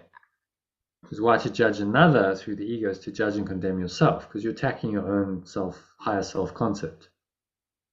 In that attack, you're denying that self is real, that self is yours, and you're condemning yourself to the littleness of the ego. So that's a wrong-minded judgment. And he uses judgment in both senses in the Course. So it's very important to take it in context. When he uses the word judgment, what is he actually referring to? The wrong-minded judgment of the ego, which is condemnatory in nature, or the right-minded judgment of the Holy Spirit, which helps you to let go of what's not serving you. Okay? So does that make sense, Maria? Clear? Yes, I like the word discernment. Yes. Okay. So can you explain right-minded and wrong-minded judgment to me? Me? Yeah. Why? It isn't just me. Well, Somebody because else. then you've learned. Then it's like, okay, well now you understand it. You can explain it back to me. Okay.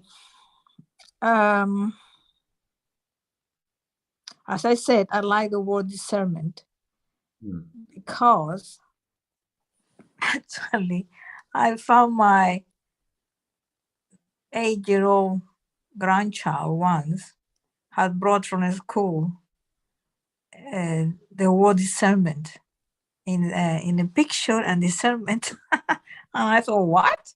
This 8-year-old's talking about discernment. And then it made me start thinking about it. That yes, discernment is the right way to make a decision. Let's say to make a decision, to be able to discern the truth from the not truth. Yeah. Then you can make the proper judgment if that is supposed to be judged. You have to discern the truth. The truth of the matter, whatever is the matter. Yeah. And okay, when you do it that way, it feels okay. Whatever it is okay. Yeah. But the other way is kind of it's a kind of blind ego tantrum, wanting to just quickly finish with something or somebody. I don't know how to explain it. Somebody else, please. It's condemnatory. It's always saying, well, someone else or something else is to blame, and so it's trying to project its own guilt onto someone or something else, and that's why it condemns. And that's what I mean. That's a quick, easy way for the person to get away with it. Okay, just to go. They said this is rather than okay, and I am okay. You don't exercise any discernment. Yeah. You're being fooled by the ego into believing that that's actually going to help you and serve you. So the Holy Spirit will tell you, no, this entire thought system of the ego is wrong. So the Holy Spirit's judgment is never condemnatory. It doesn't condemn the ego. It merely sees that it's incorrect and it's false, and it can be let go of. It's an error, that's all. There's no condemnation. It's okay, it's just false. It's not true. It's not real. It doesn't work. So let it go. Yeah. No condemnation. Just a simple decision to let go.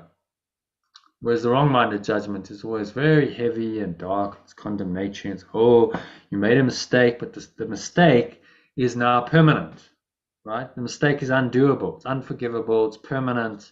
So you've sinned. That's what sin means. It's a mistake that can't be forgiven and undone.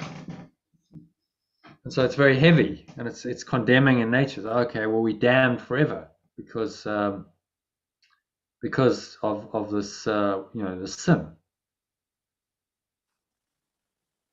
When all the Holy Spirit's saying is, well, let's look at it differently. It's just a mistake. Let it go. No big deal, and move on. And you don't have to, dwell in the mistake. It's very, very, very simple, actually. Very, very simple thought system. Just the training of your mind to have the discernment is what it comes down to.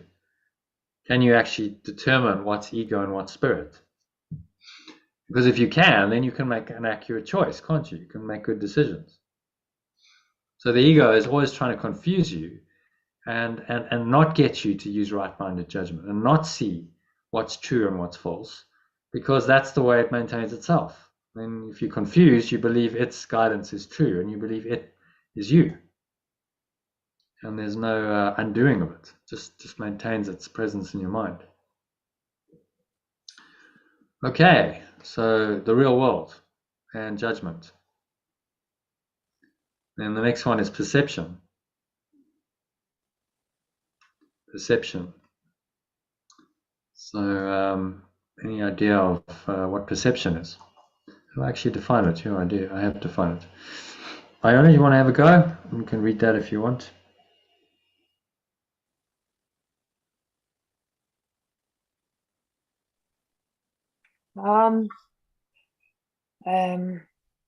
So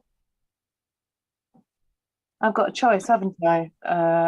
Between seeing the world through the eyes of ego, where everything is dark and threatening, and that I'm in some sort of disaster movie and I've got to fight for survival, or the perception being that there is no war, there's only love, joy, peace. So I have a choice between two states. Yeah. Perception is in a domain of anything in this world that we perceive as seemingly outside of ourselves with the sense organs. That's perception. So what you see, you feel, you touch, you taste, you smell, you hear, and then we interpret that perception, interpret the sensory experience of the seemingly separated people and objects in the world, and then that interpretation we call perception. Yeah, but that's why we have this veil, no? Sorry. Yeah. So we think that's reality, but it's not reality. It's an illusion of reality. It's only in our own mind that we give it that meaning. It doesn't have that absolute meaning and truth. So what the Course is saying is nothing in this world is real. Whatever you experience here with your sense perceptions is false. It's a set up by the mind to convince you that perception is now true, that you really have separated from your source. You are actually a separate person. This external world is real. Separation is true and real. And the love that you've been trying to run away from is nowhere. And love is dead. Love or God is dead, and perception rules in the ego's world. And there's no certainty in perception. It's not knowledge. It's always variable, isn't it? You can never actually be sure of anything. quantum mechanics tells us that. You can't actually be sure that anything's even there.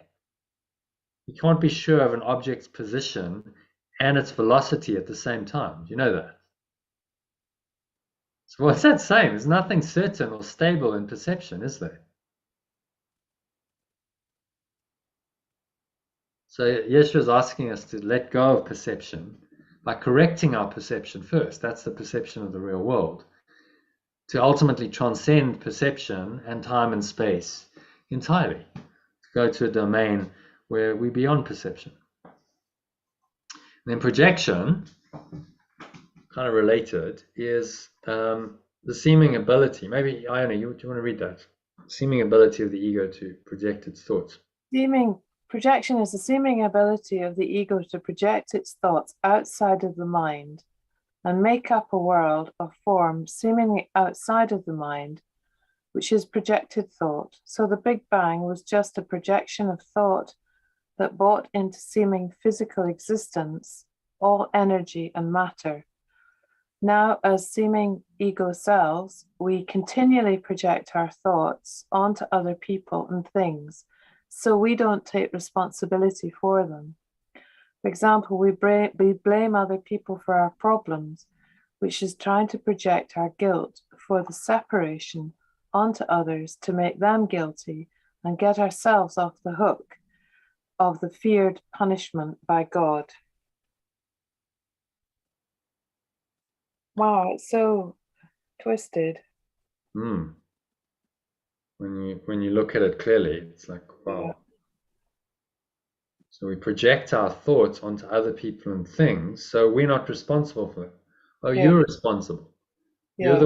You're the one who's attacking me or victimizing me, and that seems to be reality to us. Mm-hmm.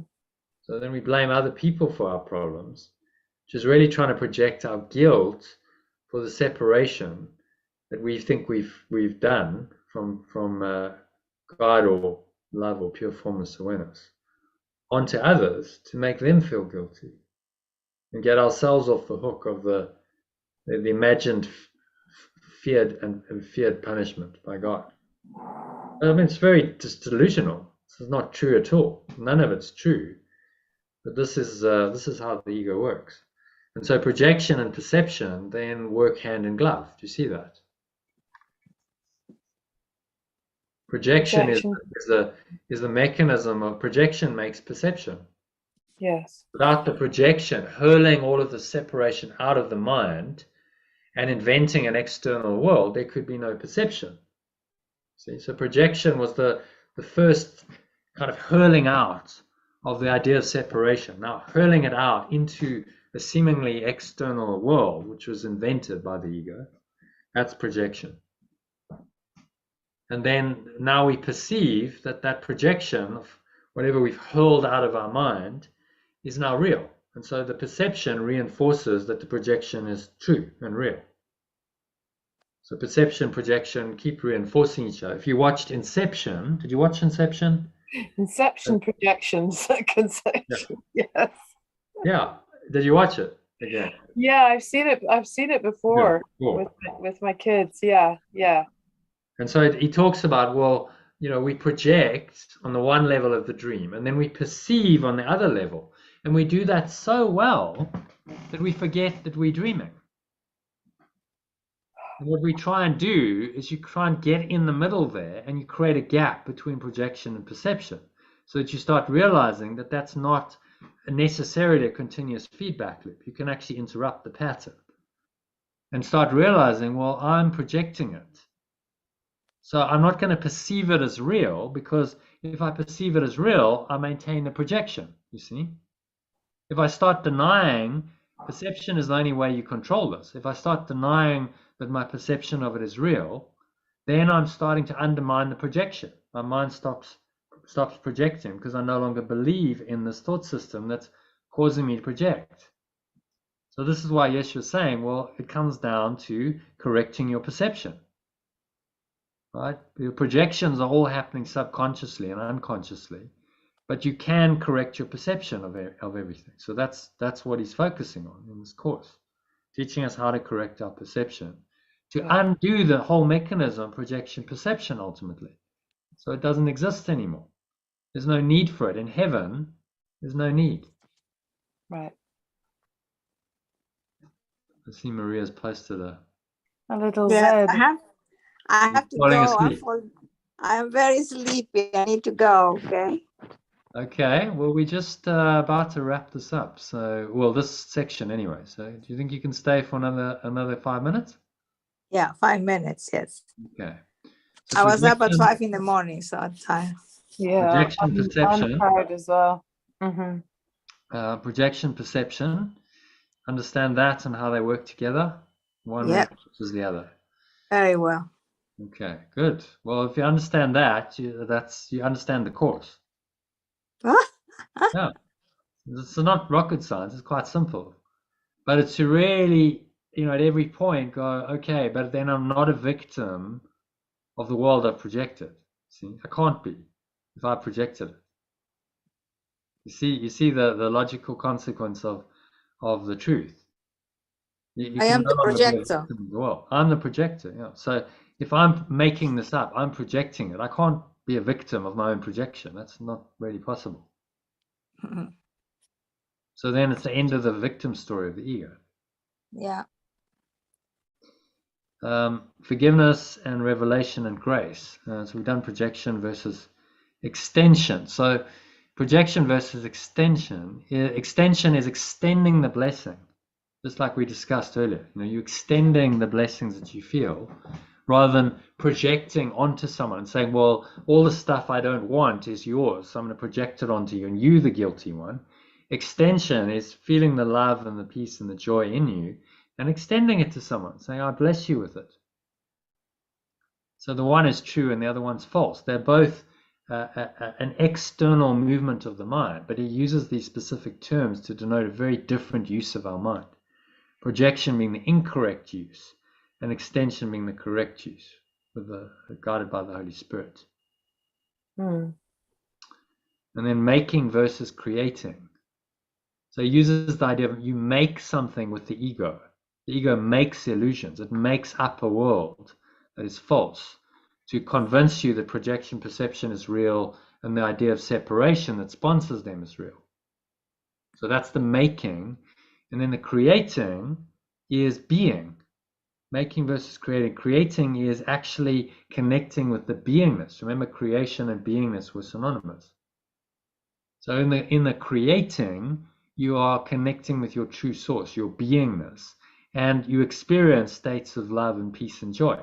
That's true creation when you experience those. You're not creating anything new in the sense that the ego thinks of it.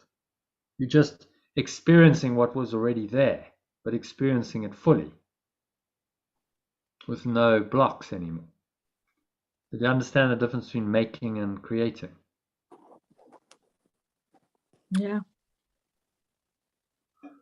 Okay, and then forgiveness, revelation, and grace. So forgiveness. I cannot go any longer. Sorry, I have to leave you.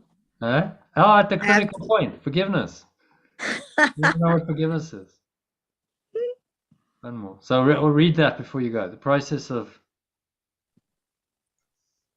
Letting go. yeah, Forgiveness is letting go. That's it. yeah. Letting go of all negative thoughts and emotions to restore the mind to a total experience of pure formless awareness or love. Right, so it's this process. It's the same. He uses forgiveness, he uses salvation, he uses at 1 month. These are all words to point to this process of letting go. And that's an ongoing process in time. As long as you've got stuff to let go of, then you're still forgiving. But it's useful to remember it's the letting go of my own negativity that's important. And then that leads to the revelation and the grace. So we talked about, I showed you that diagram, pure formless awareness of perfect love, or God, is when you experience that state fully and nothing else, that's revelation. The state of grace, you could say, is the same as revelation, maybe you could argue that it's a taster. Grace is like a taster of a full revelation experience. You have a little taste of grace, and you go, wow, that was amazing. I really experienced something out of this world, something beyond time and space. Whereas a revelation is a full experience of it. So, like for instance, I don't know that experience you had on the beach, where you went into a moment and you just kind of saw wonders. Was it? I think that was grace, not revelation. You go into a full, like the world didn't just fully disappear for, it was like it was a taste, it was a glimpse into this other world, and it gave you a taste of what a more intense and extended period of revelation might be like. So I think there's a subtle difference. Grace is like the taster, and revelation is the main course. And forgiveness delivers you. All of this mind training, which is really about letting go of your misperceptions, delivers your mind ultimately to the state of revelation or grace, which is our true home. So it's actually really, really simple. This isn't rocket science. There's no great mystery here. It's actually really simple, can be really easily explained if you understand it. And then you can operate the thought system. Because as long as things are a mystery, you can't actually function on it, can you? Oh, it's a mystery. I don't really understand it. So I'm clueless. I'm in the dark. And I don't really know what I should be thinking and feeling. I have no ability to make accurate decisions there. So, clarity. This is why Yeshua is so explicit. He's saying clarity will lead you out of the dream, lead you out of the darkness back to the light. And he ever says, oh, this is just inexplicable, it's a mystery. He explains everything very clearly. So, a lovely... Okay. All right, so well done. You stuck until the end. I don't know if you want to just have a look at the lesson and do a meditation to finish. We can do that. Yeah, I'll do Okay, that. bye. Okay, Maria. Bye. See you Bye. tomorrow. Bye. Okay, sleep well. How do I go? What do I do to go? Oh, here. Okay. Press Yeah. leave. Okay. Yeah. Press leave, yeah. Okay, bye. All right, so this is a very short lesson, so we won't be very long.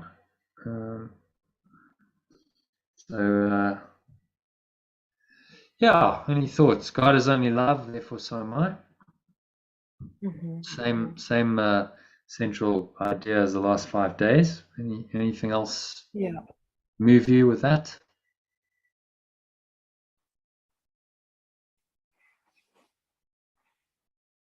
Just been repeating it.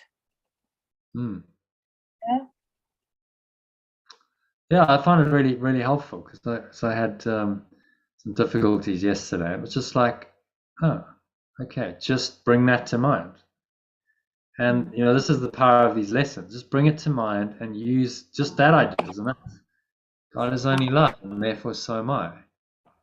And then it just pulls you out of that whatever ego is trying to hijack your mind with, into another state almost instantly just by thinking those words.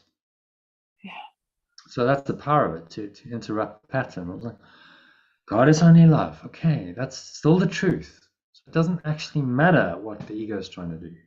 God is only love, and therefore so must I be. Right now. Here I am, I am love. And then that's the logical conclusion. So I repeated a couple of times, I am love. And just feel that, yes, I am still love, and it doesn't matter what's going on the level of form, I am still that. I have to be, because that's my source. So there's an irrefutable logic in this. If you just say it as an affirmation, then you do start to believe it. Okay, and then the first one, give me your blessing. Give me your blessing, wholly aware extension of love.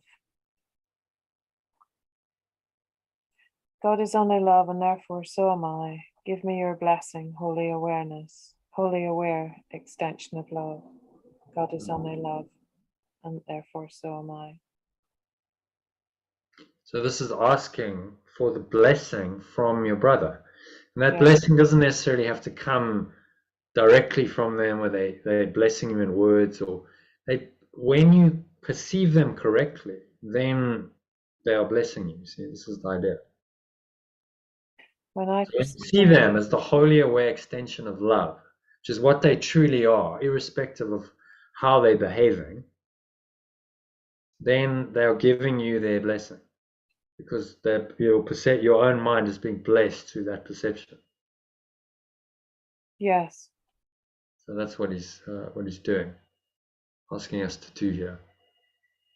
And just interesting, playing with these ideas. The ideas he's getting us to really start learning this thought system, isn't it? Give me your blessing. What does that actually mean?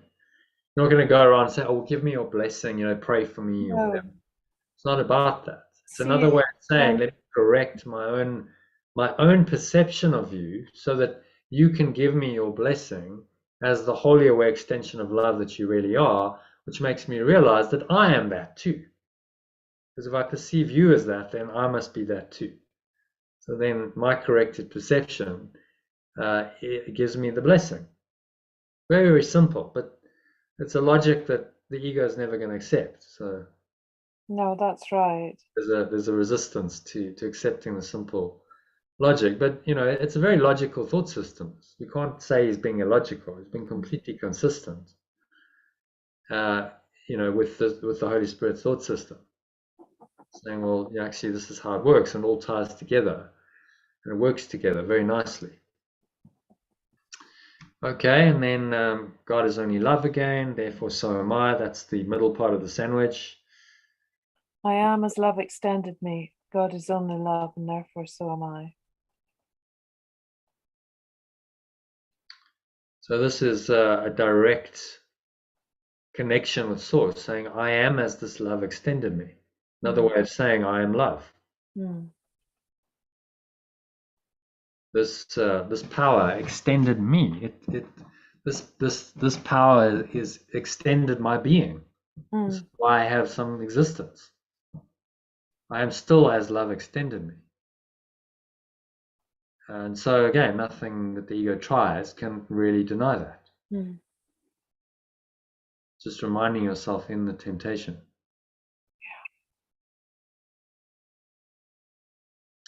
Okay, so any other thoughts on the lessons? No? Yeah. Simple and profound. Yeah. Yeah, I mean, I like these reviews actually, because it's so on point. It's just so direct. There's no fluff. There's no explanation. It's just boom. Here it is. There's the ideas. There's 3 key ideas, and just drop them in there. So it's very the sutra form of a lot of the Eastern teachings. Where they use a very brief, like a Zen koan. It's a very brief line. Before enlightenment, chop wood, carry water. Yes. So that's kind of a very simple, like, okay. And because of the simplicity of it, it's powerful. Because if you go on and you expand on it, it actually loses some of its power. Yeah. So that's what he's doing. It's just like very simple, the key ideas of these lessons, and then you use it to take you into an altered state where you actually experience these things yourself. Which we will do now. Okay. Quick meditation. Yeah, nice. All right. So just making yourself comfortable, sitting feet shoulder width apart, back straight. Cup your hands in your lap. Close your eyes. And start off by taking a nice deep breath in through the nose. So breathing in, noticing how the stomach rises and the chest rises, and subtle flow of air in through the nostrils. Just pausing at the top of the inhale. Breathing in. Just noticing any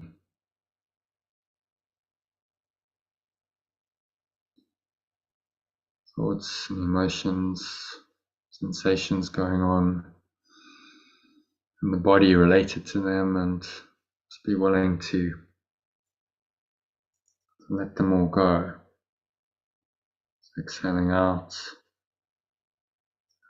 As you're blowing them away with the breeze of your breath, remind yourself that God is only love and therefore so am I. Exhale, breathe it all out, let it all go to the nothingness it really is.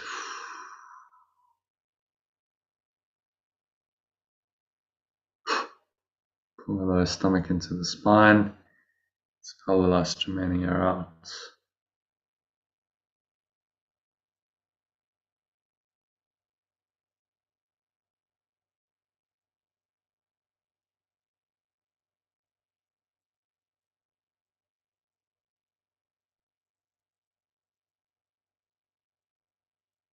And just rest.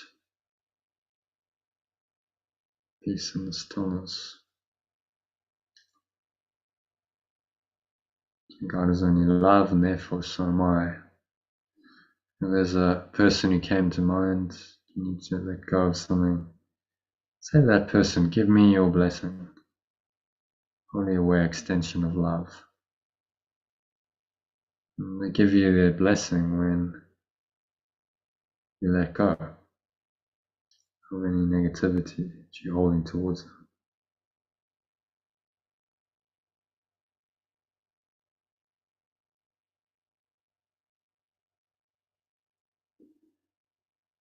So just breathing in, breathing out through your nose in a slow rhythm.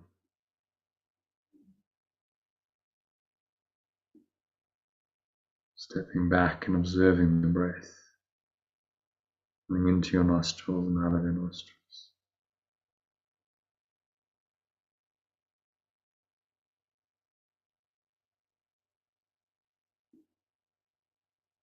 There's nowhere else to go and there's nothing else to do. Nothing else to think about. Breathe, relax and be still. Surrender into the stillness.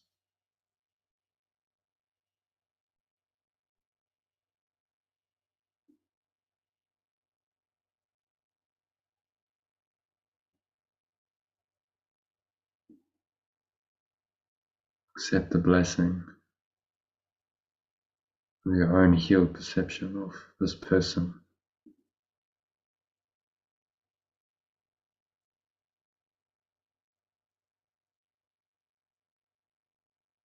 Give me your blessing for the aware extension of love and experience that blessing of love, peace, joy, happiness in your mind right now.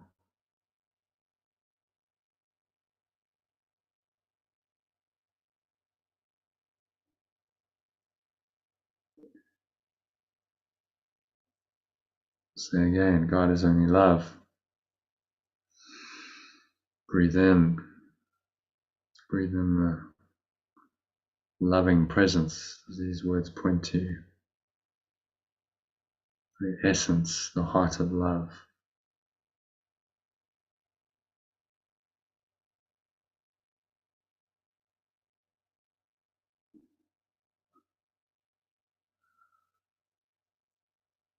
Observe the breath, sink deeper into this loving presence, each breath.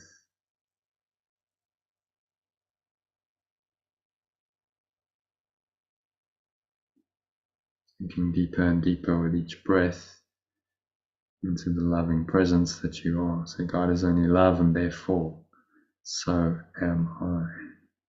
Stating the eternal truth. So just feel into those words. Feel what it feels like to be.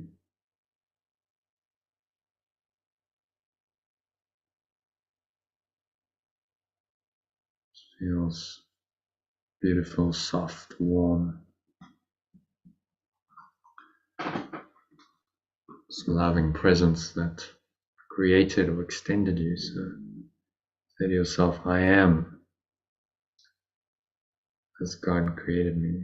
I am as love extended me and nothing else.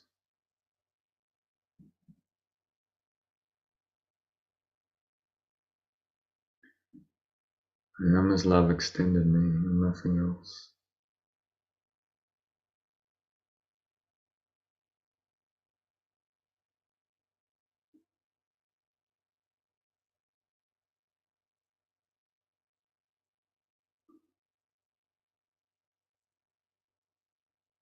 Feel that presence in your heart and your mind speaking to you.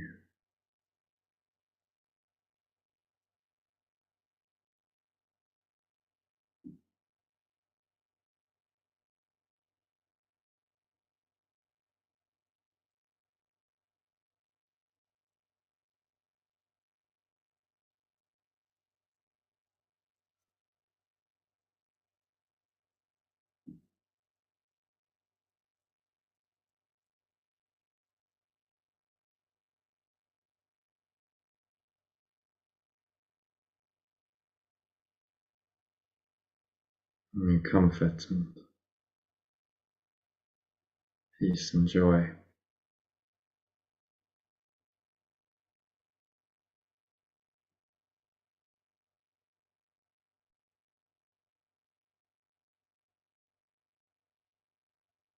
His love extended me.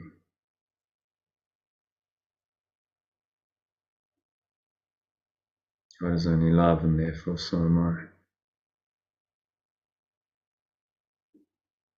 And I am blessed in this perception and in this knowledge.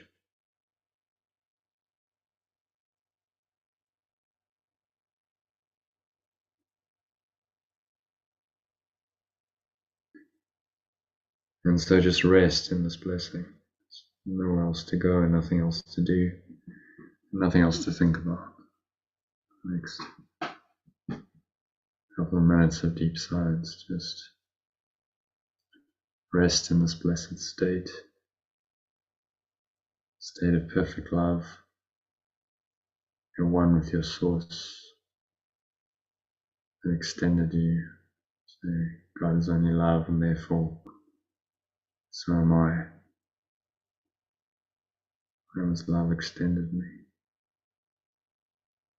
And just rest in this presence.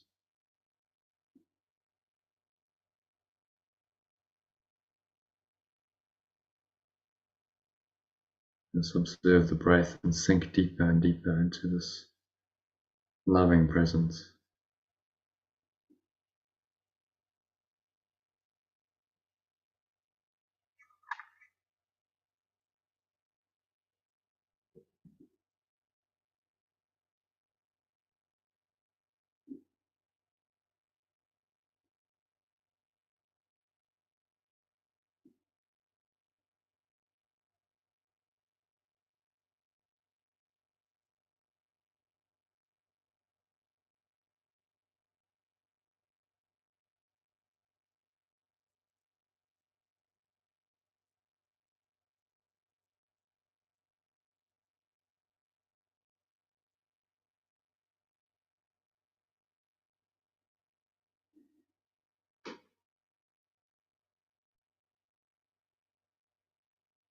And rest in God or love. A few minutes of beautiful peace, silence.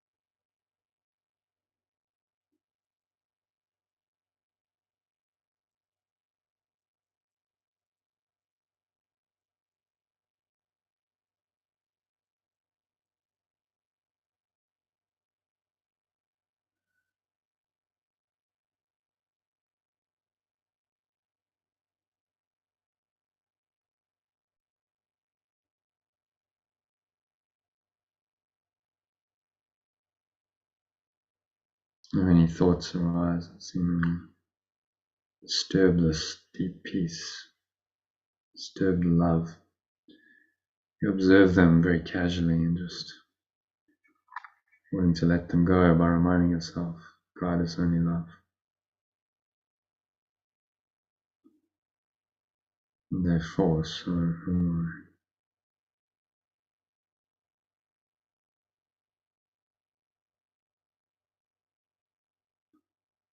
And you sink in, let it all go, surrender into the deep peace and stillness,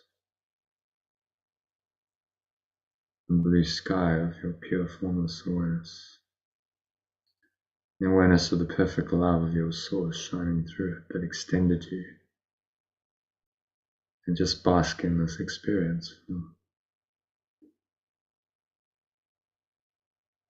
for a little while.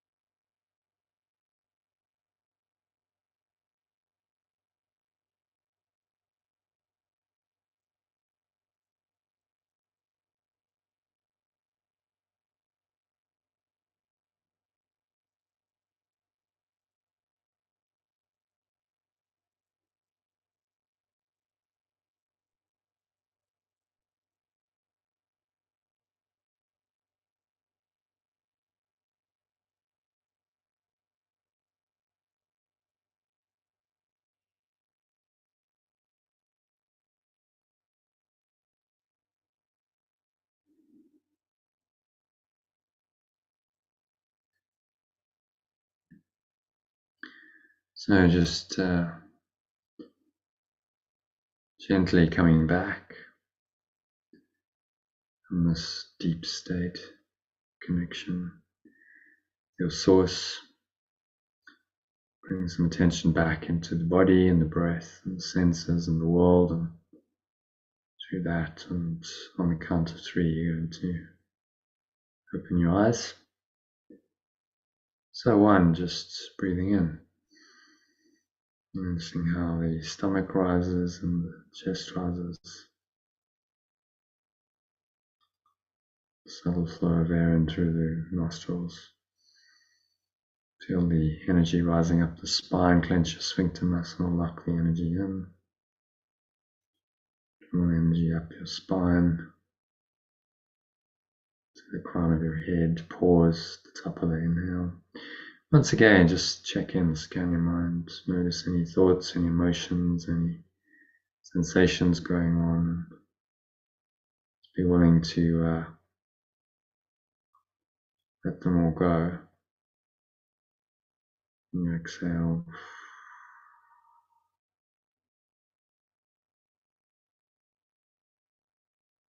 Blow them all away with the breeze of your breath into the nothingness they already are.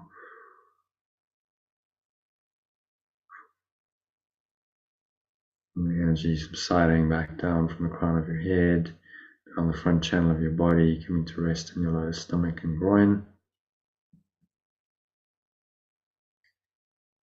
Count of 2, notice the weight of your body pressing down into the sofa, feet touching the ground. Notice what you're feeling, your hands touching. Maybe there's a subtle taste in your mouth, a smell in your nose. Notice that, and notice what you're hearing. Surrounding environment, just noticing all these things in this very still, calm, and surrendered state of mind.